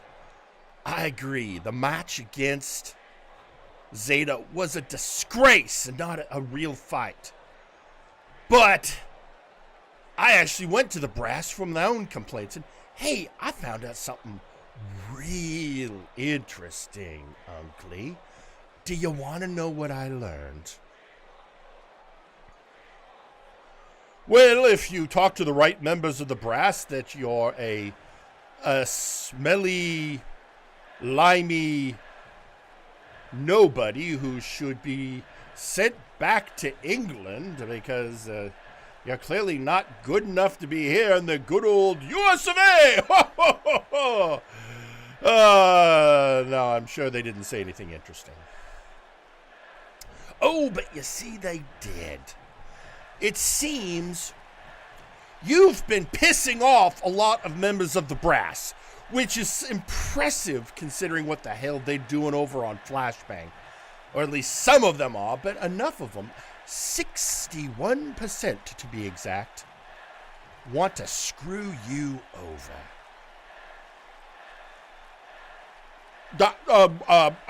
What are you talking about? I am a member of good standing, and a very wealthy man, and very important, and I am the producer of Blast in your Multiversal Heavyweight Championship, and I bought my way onto the brass fair and square. So what problem could they possibly have?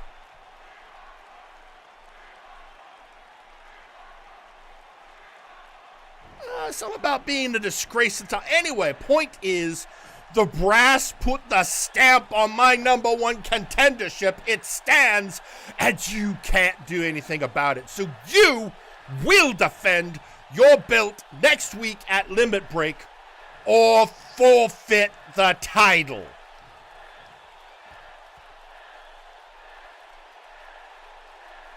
That's an outrage!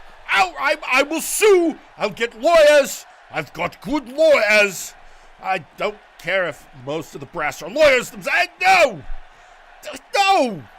No, I had all the ducks in my row.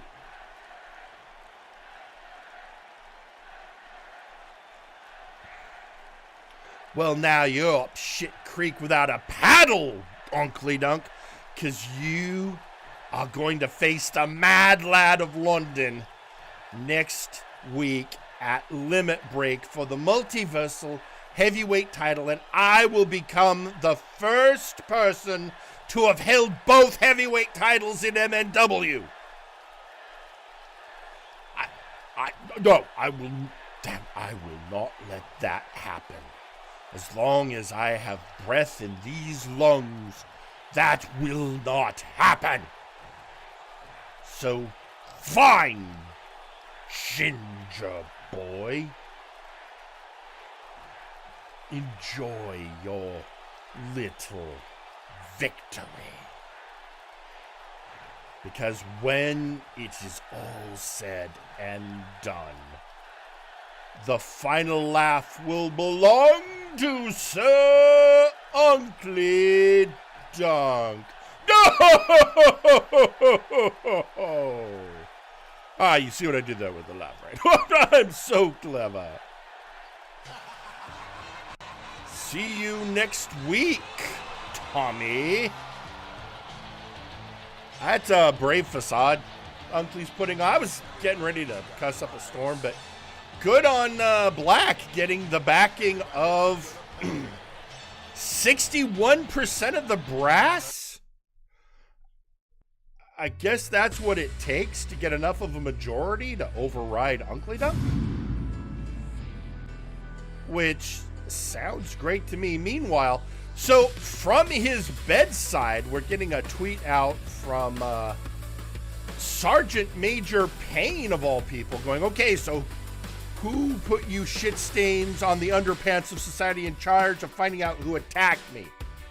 I sure didn't, so do us all a favor and go kick rocks barefoot on your way to the arena. I do think that Sergeant Major Payne speaks for so many of us. Also tweeting out on social media, we have Khan going, stop trying to move the goalposts, Uncle. I'm only one rat ogre, and if you keep making enemies, I can't keep them all off of you. I'll have fun trying, but you're on your own if they get past me. There. Also, we have a message from Graven Allen going, Tommy wants to be the double world champion? Don't let Victor know about this. He might finally go off the deep end. Tommy, Graven, between you and me, didn't Victor go off the deep end about a year ago? I mean, if we're being perfectly honest. Anyway, be that as it may, the point is, I feel that is taken care of. We can move on to our tag team tournament matchup that has been held off for far too long by all of that nonsense. So, with that, let's head, well, before I go, I see there's, time, here we go. All right, let's head to ringside.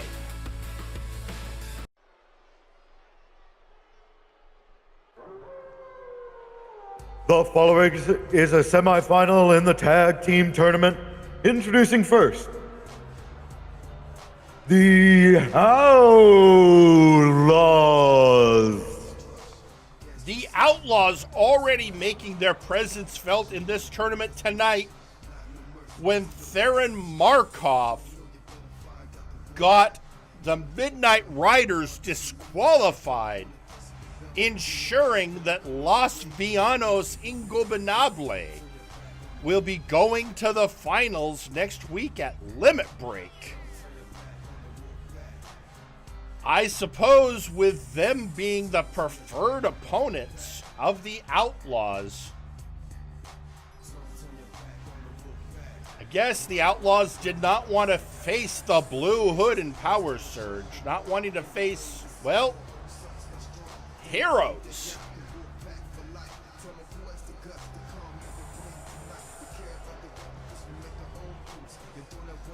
But they've got to get a victory over a team that, let's face it, was impressive in their last matchup.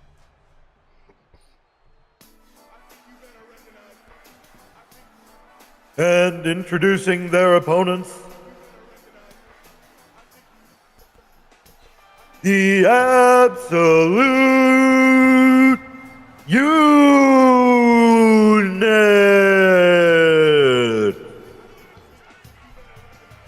And there they are, folks. The Absolute Units, sporting a new look after spending a fair amount of time training under the Goliath Gorm in preparation for this. And we already saw the results of Gorm's training with their partner, TJ the Mint Gable, being your TTV champion. And if the units can move forward, they've got a good shot at claiming the Multiversal Championship. Can you imagine if all the units held gold? Oh, an Absolute Washington coming out of the gate. Oh! Nakano throws him off, but the unit's taking an early charge. But now you've got Nakano Kirishima. Oh! Nakano, the graduate from Haas Camp.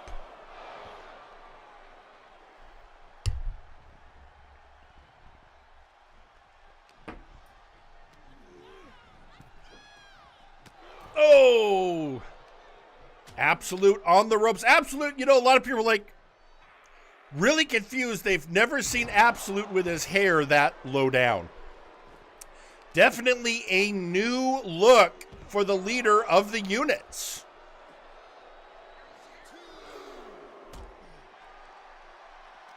And Washington showing Kirishima he's not the only one that can get a glow up. Oh!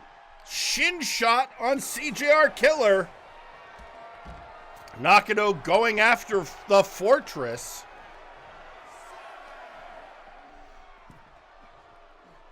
And Wade just kind of confounding him. Nakano finally getting a shot on him. Meanwhile, Washington just dealing with CJR now. Whoa! He ran past Nakano. Nakano doesn't know which end he's standing on. Washington is just playing games with him.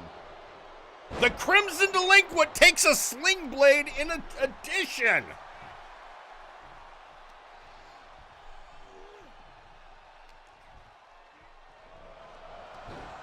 And oh, sliding drop kick. This is a much more aggressive Washington than we've seen in the past. I'm going to say courtesy of the training of Gorm.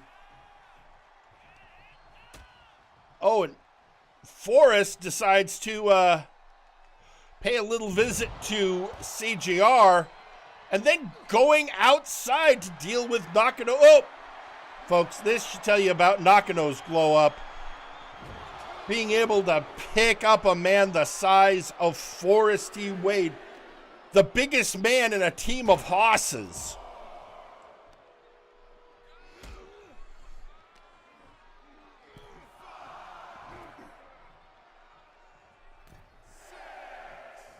Kirishima back in the ring. And being followed by Wade. Meanwhile, Nakano going after Absolute. So, oh, Forrest going after CJR again.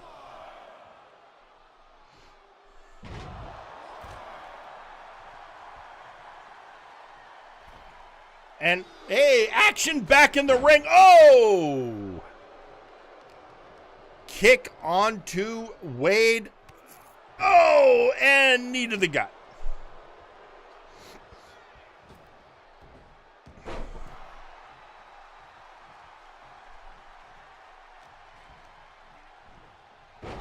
Oh, and getting the bridge on. Not even a 1 count. I feel like Forrest was just kind of giving a moment to wait.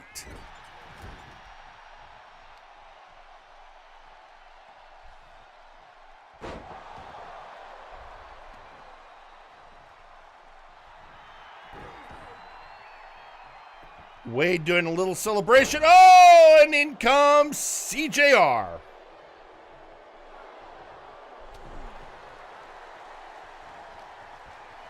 CJR not used to facing off against people who can just look him straight in the eye.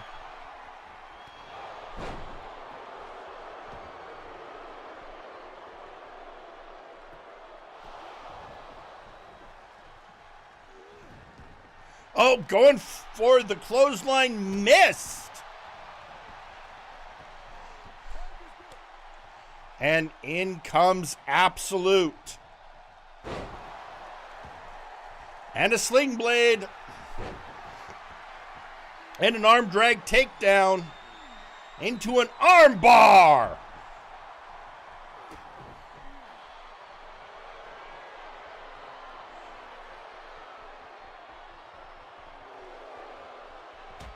Oh, getting the elbows to the side of the head. Oh!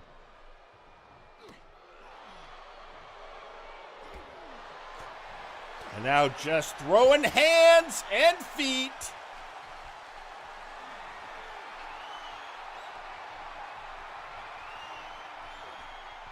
Snake eyes.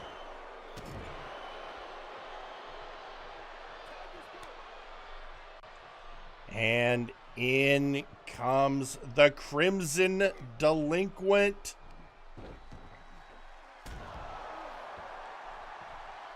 And he's now getting the rough side of Washington himself.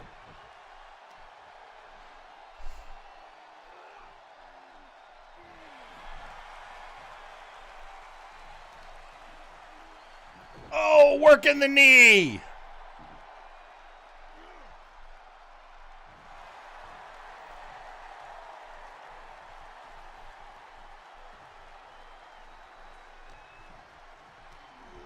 Washington willing to give what for? Oh, I think somebody might have gotten busted open.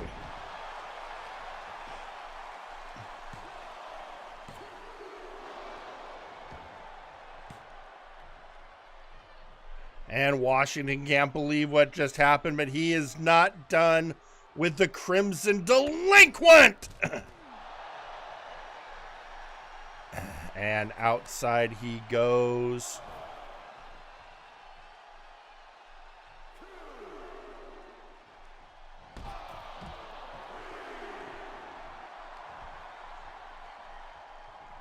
Taking Forrest to the corner, and oh!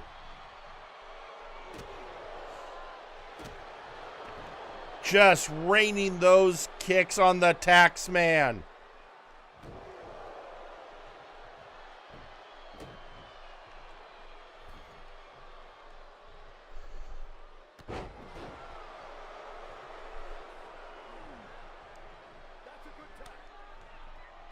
And a cleared tag is called.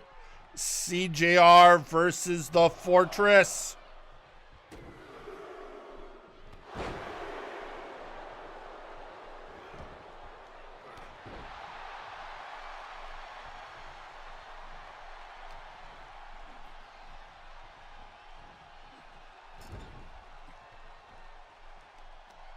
And working the leg, arm, I mean, not the leg. Got to get the body part straight.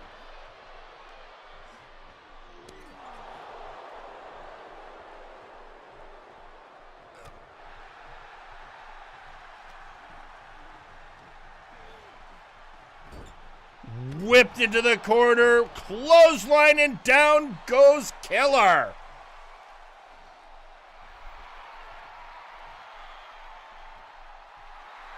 Fortress play into the crowd. Hot tag to Nakano, and I think that might, well, maybe not. Up he goes.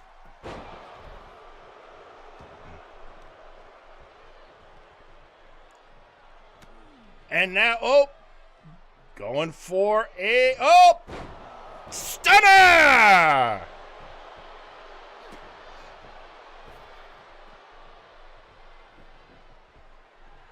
And I think this is going to, drop toe hold from Wade.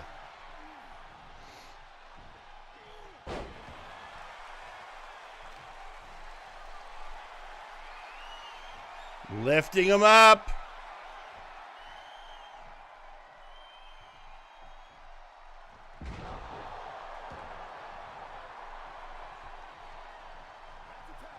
Tagging in Washington.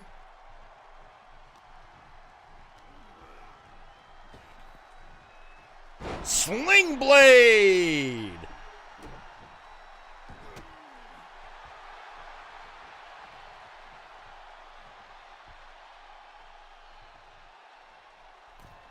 Going up top. Rolling him over. Is this going to be it? 1, 2. Kick out at 2.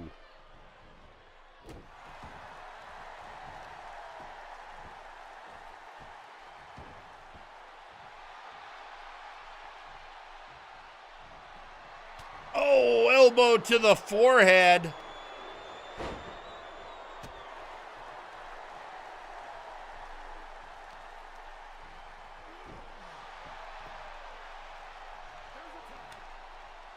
And a tag to Forrest. Oh! Bringing the elbow.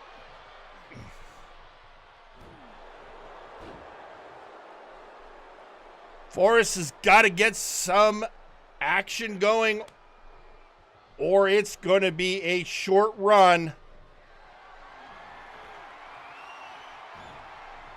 There you go.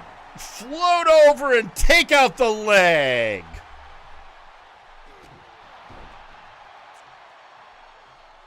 Getting Killer on the floor, and here comes Absolute.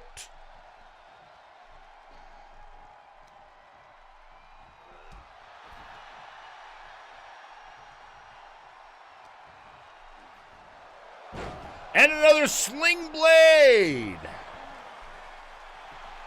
Going for the pin.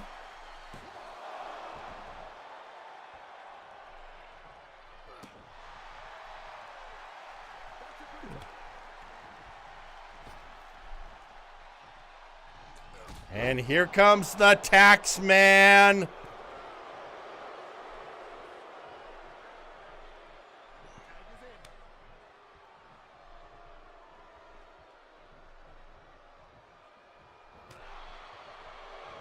Nakano raining blows on the Fortress. For a second, like there was going to be a double team, but Forrest manages to not have to deal with that. Oh, and just a slap. Just that's disrespectful is what that is. And intentionally so, I think. Working over the arm. Forrest can't use that arm. He won't be able to lock in the deduct this or death and taxes.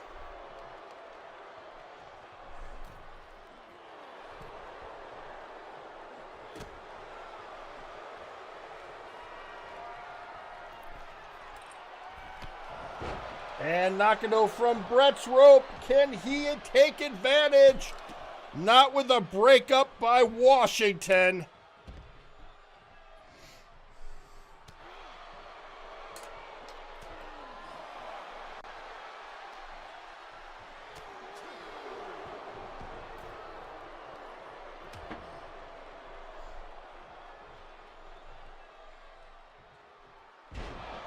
Oh! Washington laid out on the outside. And Wade with a knee to the face from the Crimson Delinquent. Oh, kick out at 2. He keeps the unit's dream alive.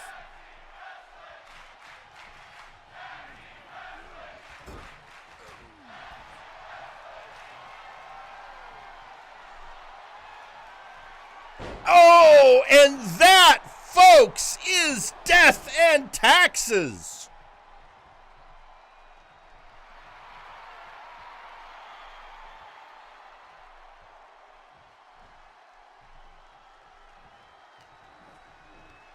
I'm sorry, that was the bottom line. Death and Taxes is a completely different move.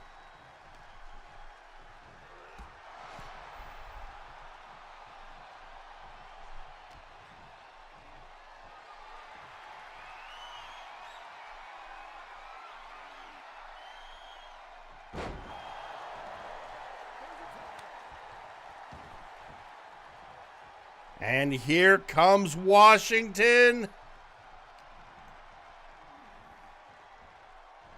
Getting him on the ropes. Tagging in Wade again. Not sure what their plan is here. Oh, Forrest gets thrown over.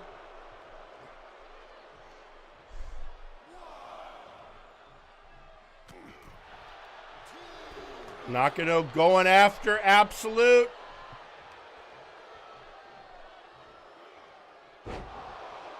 I'm sorry, that looked like a graveyard smash, one of the signature moves of the creation on Flashbang.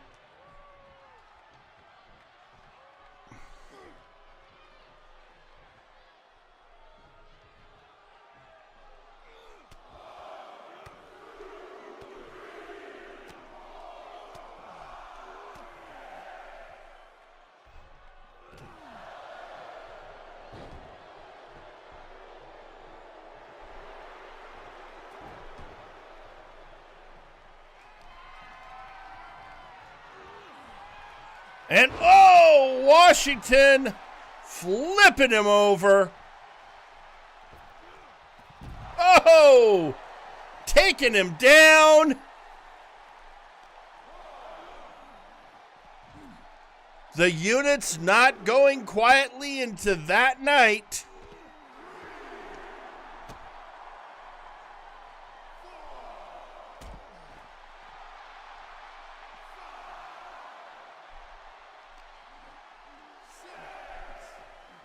Oh, into the barricade, and Washington back in the ring.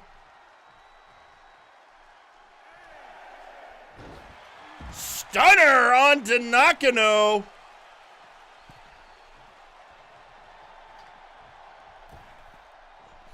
Washington again kind of messing with the Outlaws. But maybe he chose to celebrate too soon.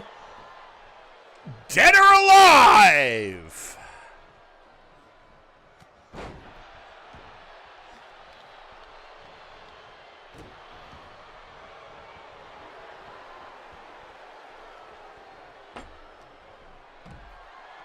After dealing with Forrest, CJR back to the legal man. All he needs to do now, get a pin.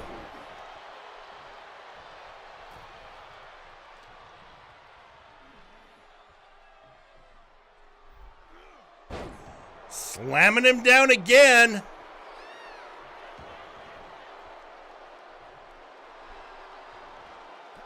Oh, hot tag. In comes the Fortress. Oh, football tackle by Killer.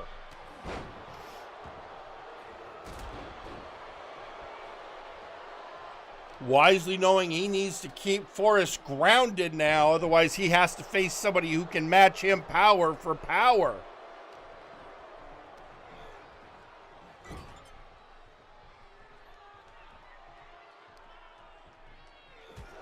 Oh, Wade busted open.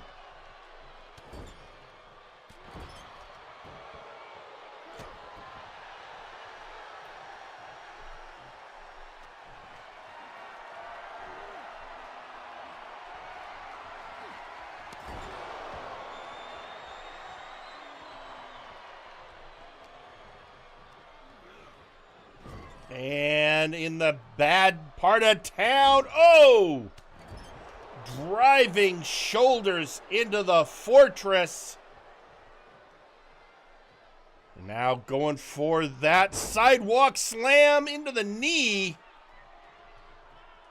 Which I suppose doesn't actually make it a sidewalk slam, but you get what I'm laying down.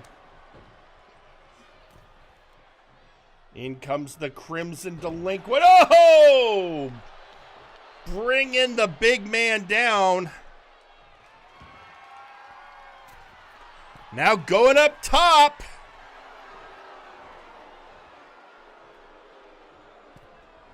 Deciding he didn't like the distance, instead bringing in Killer. Oh, I think Wade was playing possum, waiting for one of them.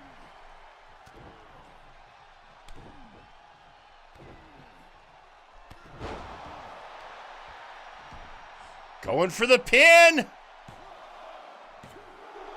Kick out at 2.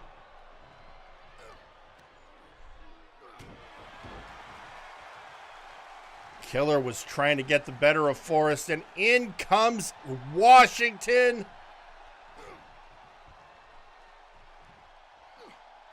Absolute authority. Oh, kick out at 2. Washington can't believe it. He hit absolute authority, and still CJR lives.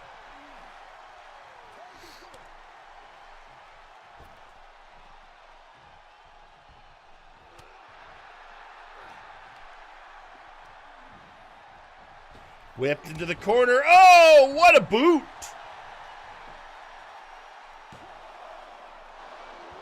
And another kick out at 1. Discus punch. Big splash. And bringing in Washington, can he put a bow on it? That baseball slide outmaneuvered by CJR. CJR looking like he's getting the momentum back.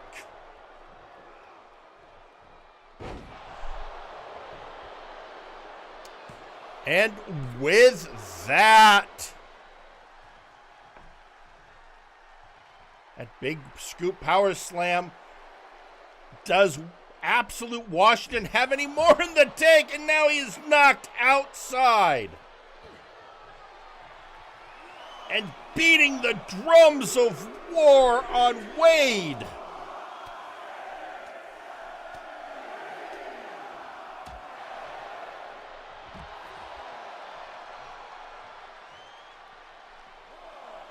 Oh, looks like CJ may have spent too much time worrying about the fortress.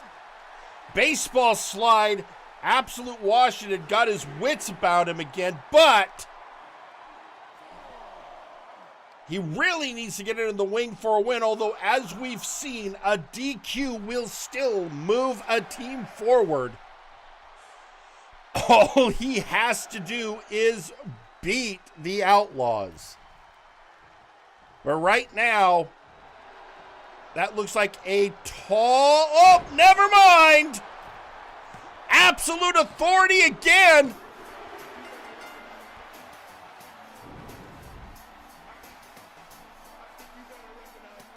And your winners, the Absolute Unit! And all that planning by the Outlaws for naught, as the units get the job done.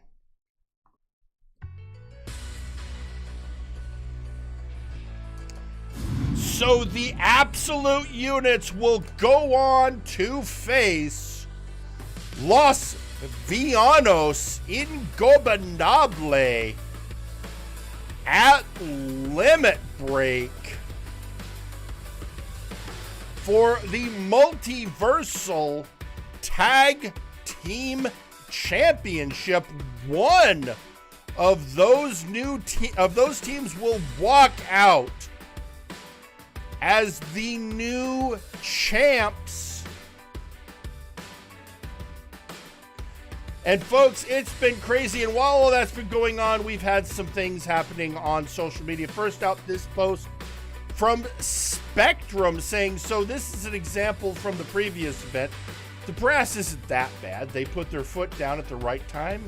Is a good thing. We needed balance, and balance was given. So for those who aren't sure what's going on, right now a faction led by the representative of the brass, Mr. Lawson, is riding roughshod over all the flashbang. And it is, and everyone was told to pick sides, and Spectrum is siding with the brass. So, I will let you make any other judgments you want. It's a flashbang thing. I'm mostly staying out of it. Despite the fact that right now, a couple of Warzone members, Bastion Butler and Ultra Devil, are doing stuff over there. Which I don't get, but yeah, whatever. Also, now that we now are getting a post that came out as soon as they got backstage from Forrest T. Wade saying, keep hitting me, let W recover. And Washington did, and thus that match went to the absolute units. So next Monday could be a very interesting night for the units if they can win and if TJ Gable can retain, but Gable's got to face the undisputed future R. Sawyer, so we'll have to see. So folks, it's almost that time. We have one match left, but I got a message from earlier this evening. Somebody asked, and it was a last-minute request, if they could come out to the ring and address the crowd. And, I don't usually like to do that on-the-fly booking, but considering the circumstances, I'm going to allow it. So let's head to ringside and hear from the leader of Hero Time, Mega Rider Nexus.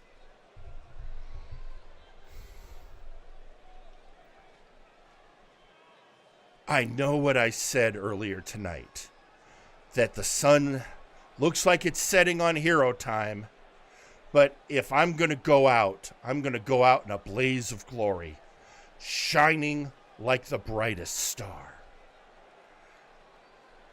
And that, I still believe that, but Kane came out and said, Hero Time isn't done.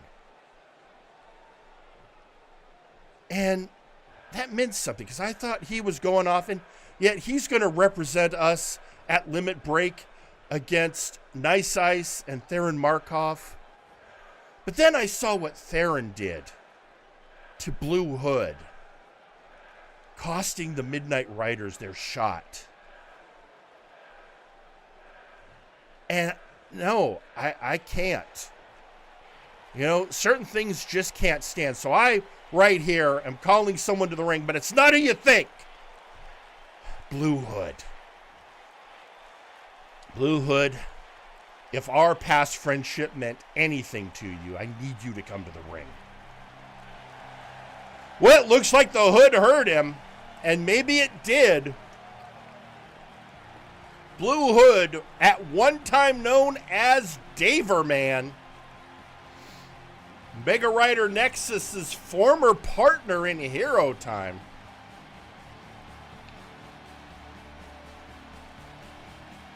And, well,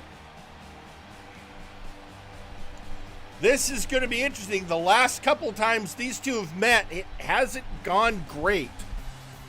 They are definitely a pair with differing ideas on what heroism looks like.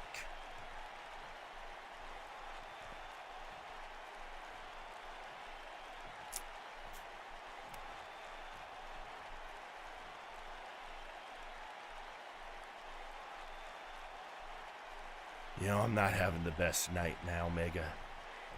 Been a rough ride after what happened earlier. But, yeah, you hit the right button, because you were, at one time you were, I think, my best friend. And so in honor of that, I'm out here. Let you say your piece. Well, I'm glad you came out, because I have a confession. Blue Hood, I think you were right. I think Hero Time's been too passive. And that time has passed. It's time for action. So, Hood, right here in this ring, I'm saying to you, pick a target. Wait. What do you... Let me get this straight. You're saying I was right and pick a target? Ooh, boy. What a time to say that, buddy. Pick a target? All right, I got a target. I got a target for you. Tiki the Troll's name's being besmirched. So our target is the Dark Lords. We need to take them down and clear Tiki's name. Oh yeah, I'm on board with that, Hood. You know what? Let's do it. Hey, Jerry, can you hear us? Yeah, Jerry. You hear us? This is what we're going to do. This is what we're going to do. And you know what? It's going to be all three of us. Me, Mega, and Power Surge. We'll take on those Dark Lords, and I promise you, we'll get done what the Soul Train started. Yeah, I think we're on the same page again, Blue Hood. Dark Lords, we're calling you out. You want to muddy the waters and claim Tiki the Troll attacked Sergeant Major Payne. Put your money where your mouth is and fight me and the Midnight Riders. The hell? Just a reminder. We haven't got all our business taken care of. Well, that was a little bit of a cheap shot, but now they're shaking hands. You know what? I'm making that match. And if the Dark Lord's got a problem with that, they know where my office is.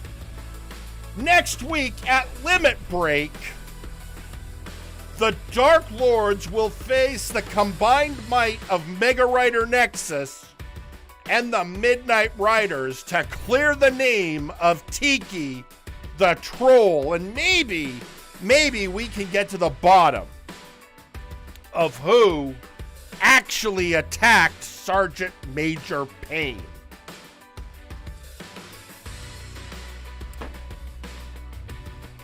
I'm putting that out. Hang on, let me get out my booking app. Yeah, it looks like I damn near got a card. Well, folks, we'll go after that in a bit. For now, it's time. Folks, it's time for some title action. As we come to your main event, it is the Big Oof Champion, the Social Outcast versus the Son of Thunder. As my former partner would say, let's do this!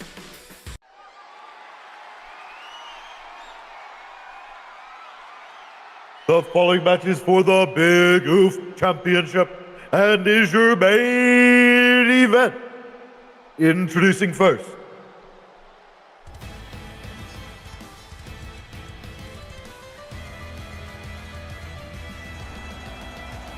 Ignacio Cervantes.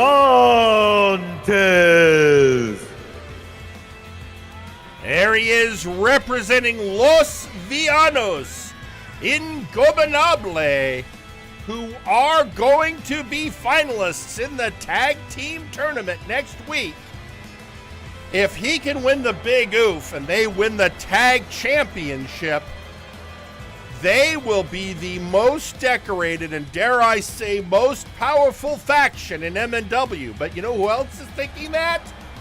The Absolute Units. So this match could have big ramifications come next week. But first, Ignacio's got to get past a certain demigod.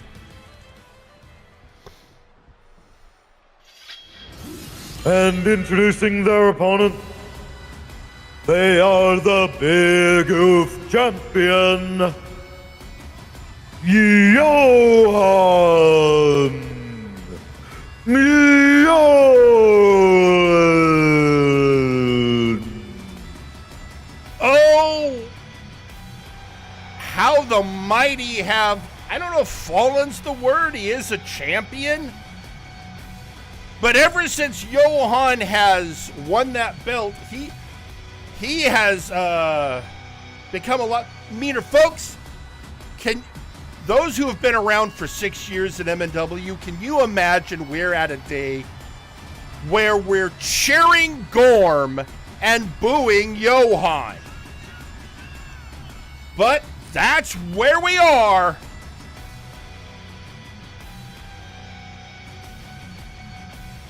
As he has turned his back on all of his friends.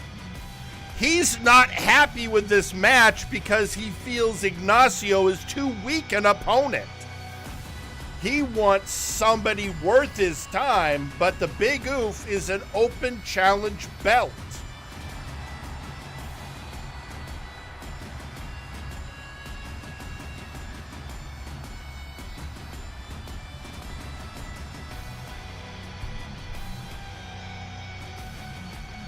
And thus we are, this is the words he said I thought I would never hear when Johan said Arkolf was right.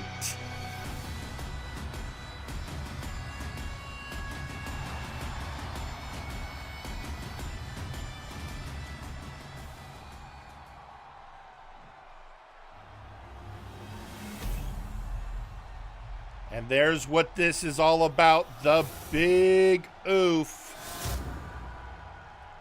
And now it is time. First off, Ignacio Cervantes.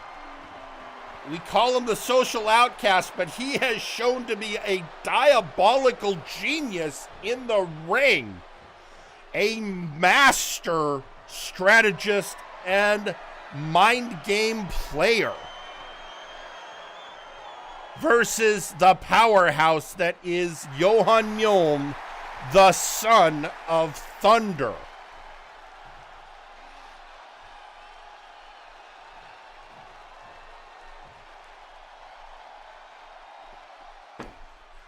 And now it is time for the ceremony of the belt. And there it is, folks. And it's time. Here and they're off.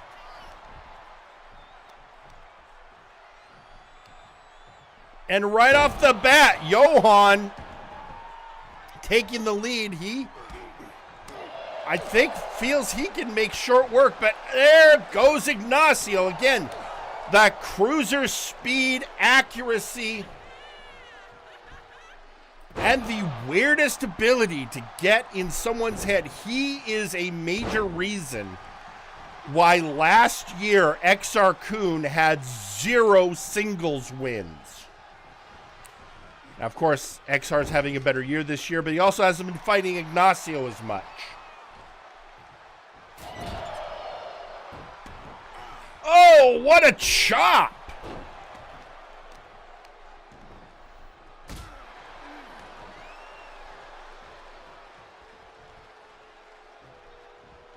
And, oh, going after the Son of Thunder in the call. Shoulder into the turnbuckle. This is why you cannot just ignore the wily Cervantes.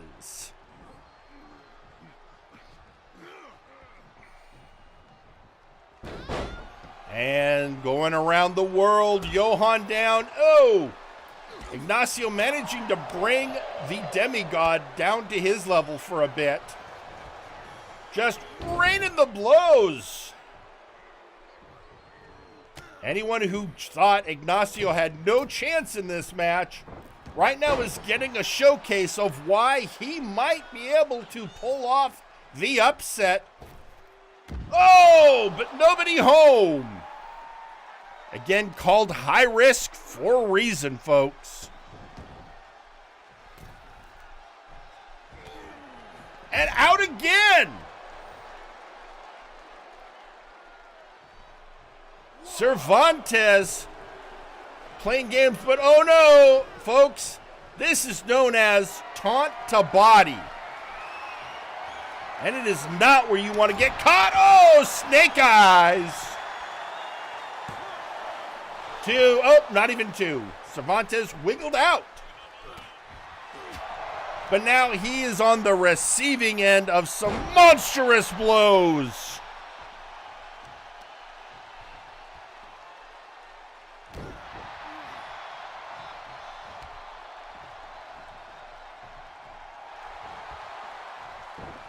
Oh, whatever Johan planned, Cervantes raked the eyes and now might get the pin. Yeah, I didn't think so either, but still, good move.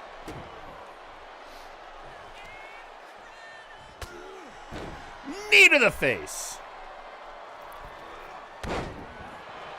And with that splash, 1, 2, kick out of 2, but Cervantes is keeping the pressure on. Oh, that high flying kick did good, but oh, the size and power of Mjoln.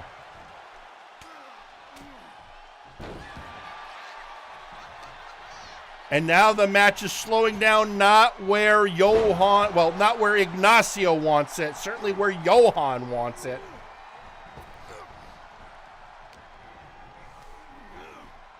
There we go, Cervantes getting him on the outside where maybe he can have some fun with him. Unfortunately, the outsides can also be a bad spot for Ignacio. Case in point, off of the ring apron, rammed into the ring apron. Just not a good day between Ignacio and the ring apron.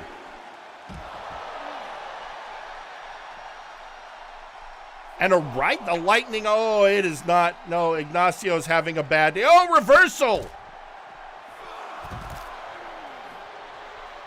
And a standing senton. But up to a 6 count, and Ignacio's got to keep it in the ring if he wants to win the belt. Again, with the taunt to body, he's really got to time those betters.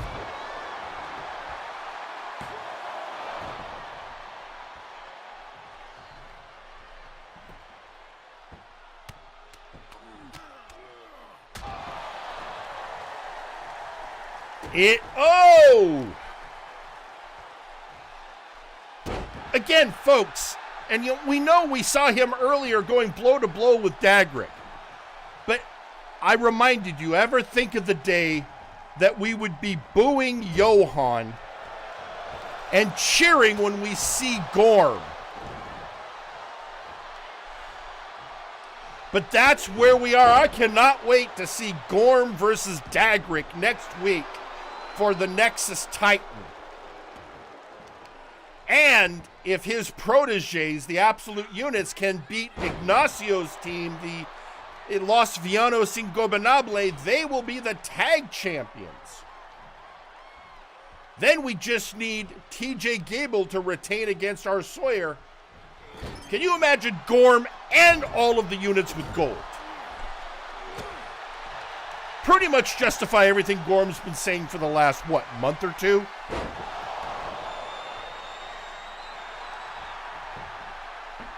One, two, three.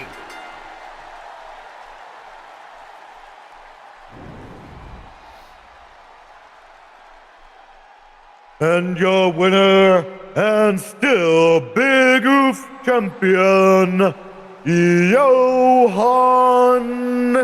Young. And a great showing by Ignacio Cervantes, but the Son of Thunder just a little bit too big of a hill to climb. Retaining the Big Oof, and folks, that is going to take us next week to our last pay-per-view before Multivania, Limit Break. As Johan celebrates his victory and calling out for a worthy opponent.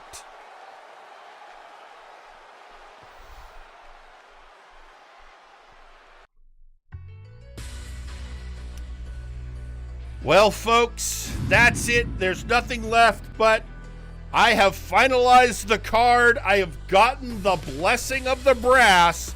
Well, at least the 61% who are not agreeing with Sir Uncle Dunk. So here is your card for Limit Break. We are going to start off with the Night's Watch facing off against the team of Adrian Driscoll, Probanaga, and a third wrestler of their choice. We can only imagine who they are going to bring in on their side. And as you heard just before our main event, Hero Time, and I just found out from Blue Hood they are going to go by Hero Time for this match. Mega Rider Nexus, the Blue Hood, and Power Surge to take on the Dark Lords to clear the name of Tiki the Troll. We are then going to have the rematch between Juan Chance and the Wide Bastard Minuano. We will have a no-holds-barred three-way dance. Kane representing Hero Time versus Theron Markov representing the Outlaws versus Nice Ice representing the International Combat Club. We are also going to see a match between the Nightmare Project Con and Malice Prime. A little bit of payback because Malice got screwed out of his #1 contender match today. In title action, the undisputed future R. Sawyer faces the Absolute Units TJ the Mint Gable for TJ's TTV Championship, which will be his second defense of the belt. Remember, if he gets 7 defenses, he gets a shot at the Multiversal Heavyweight Championship. And folks, after Limit Break, it's going to be 2 months until Multivania, which means he might, if he can survive the next pay-per-view, he might be able to rack up enough wins. Maybe, but needing to defeat 6 opponents, one of whom is a very pissed off R. Sawyer. Nexus Titan Championship action when the Daggerick puts up his championship against the Goliath Gorm. And the finals of the Multiversal Tag Team Championship Tournament, Los Villanos Ingobernables versus the Absolute Units. And in your main event, the Ginger Boy Tommy Black faces Sir Uncle Dunk for the Multiversal Heavyweight Championship. If Tommy wins, he will be the first person to have ever held both the Flashbang World Heavyweight Championship and the Warzone Multiversal Heavyweight Championship. A milestone that a lot of wrestlers want to try and achieve. The thing is, most of them are over on Flashbang right now, and the Brass seem to be really determined to keep that belt on Victor Vicious's waist. So we'll have to see. But that is your card next week, folks. Join us May 26th for Limit Break. But right this very moment, we are out of time. So until Limit Break, I've been your host, Jerry Aldini. Good night.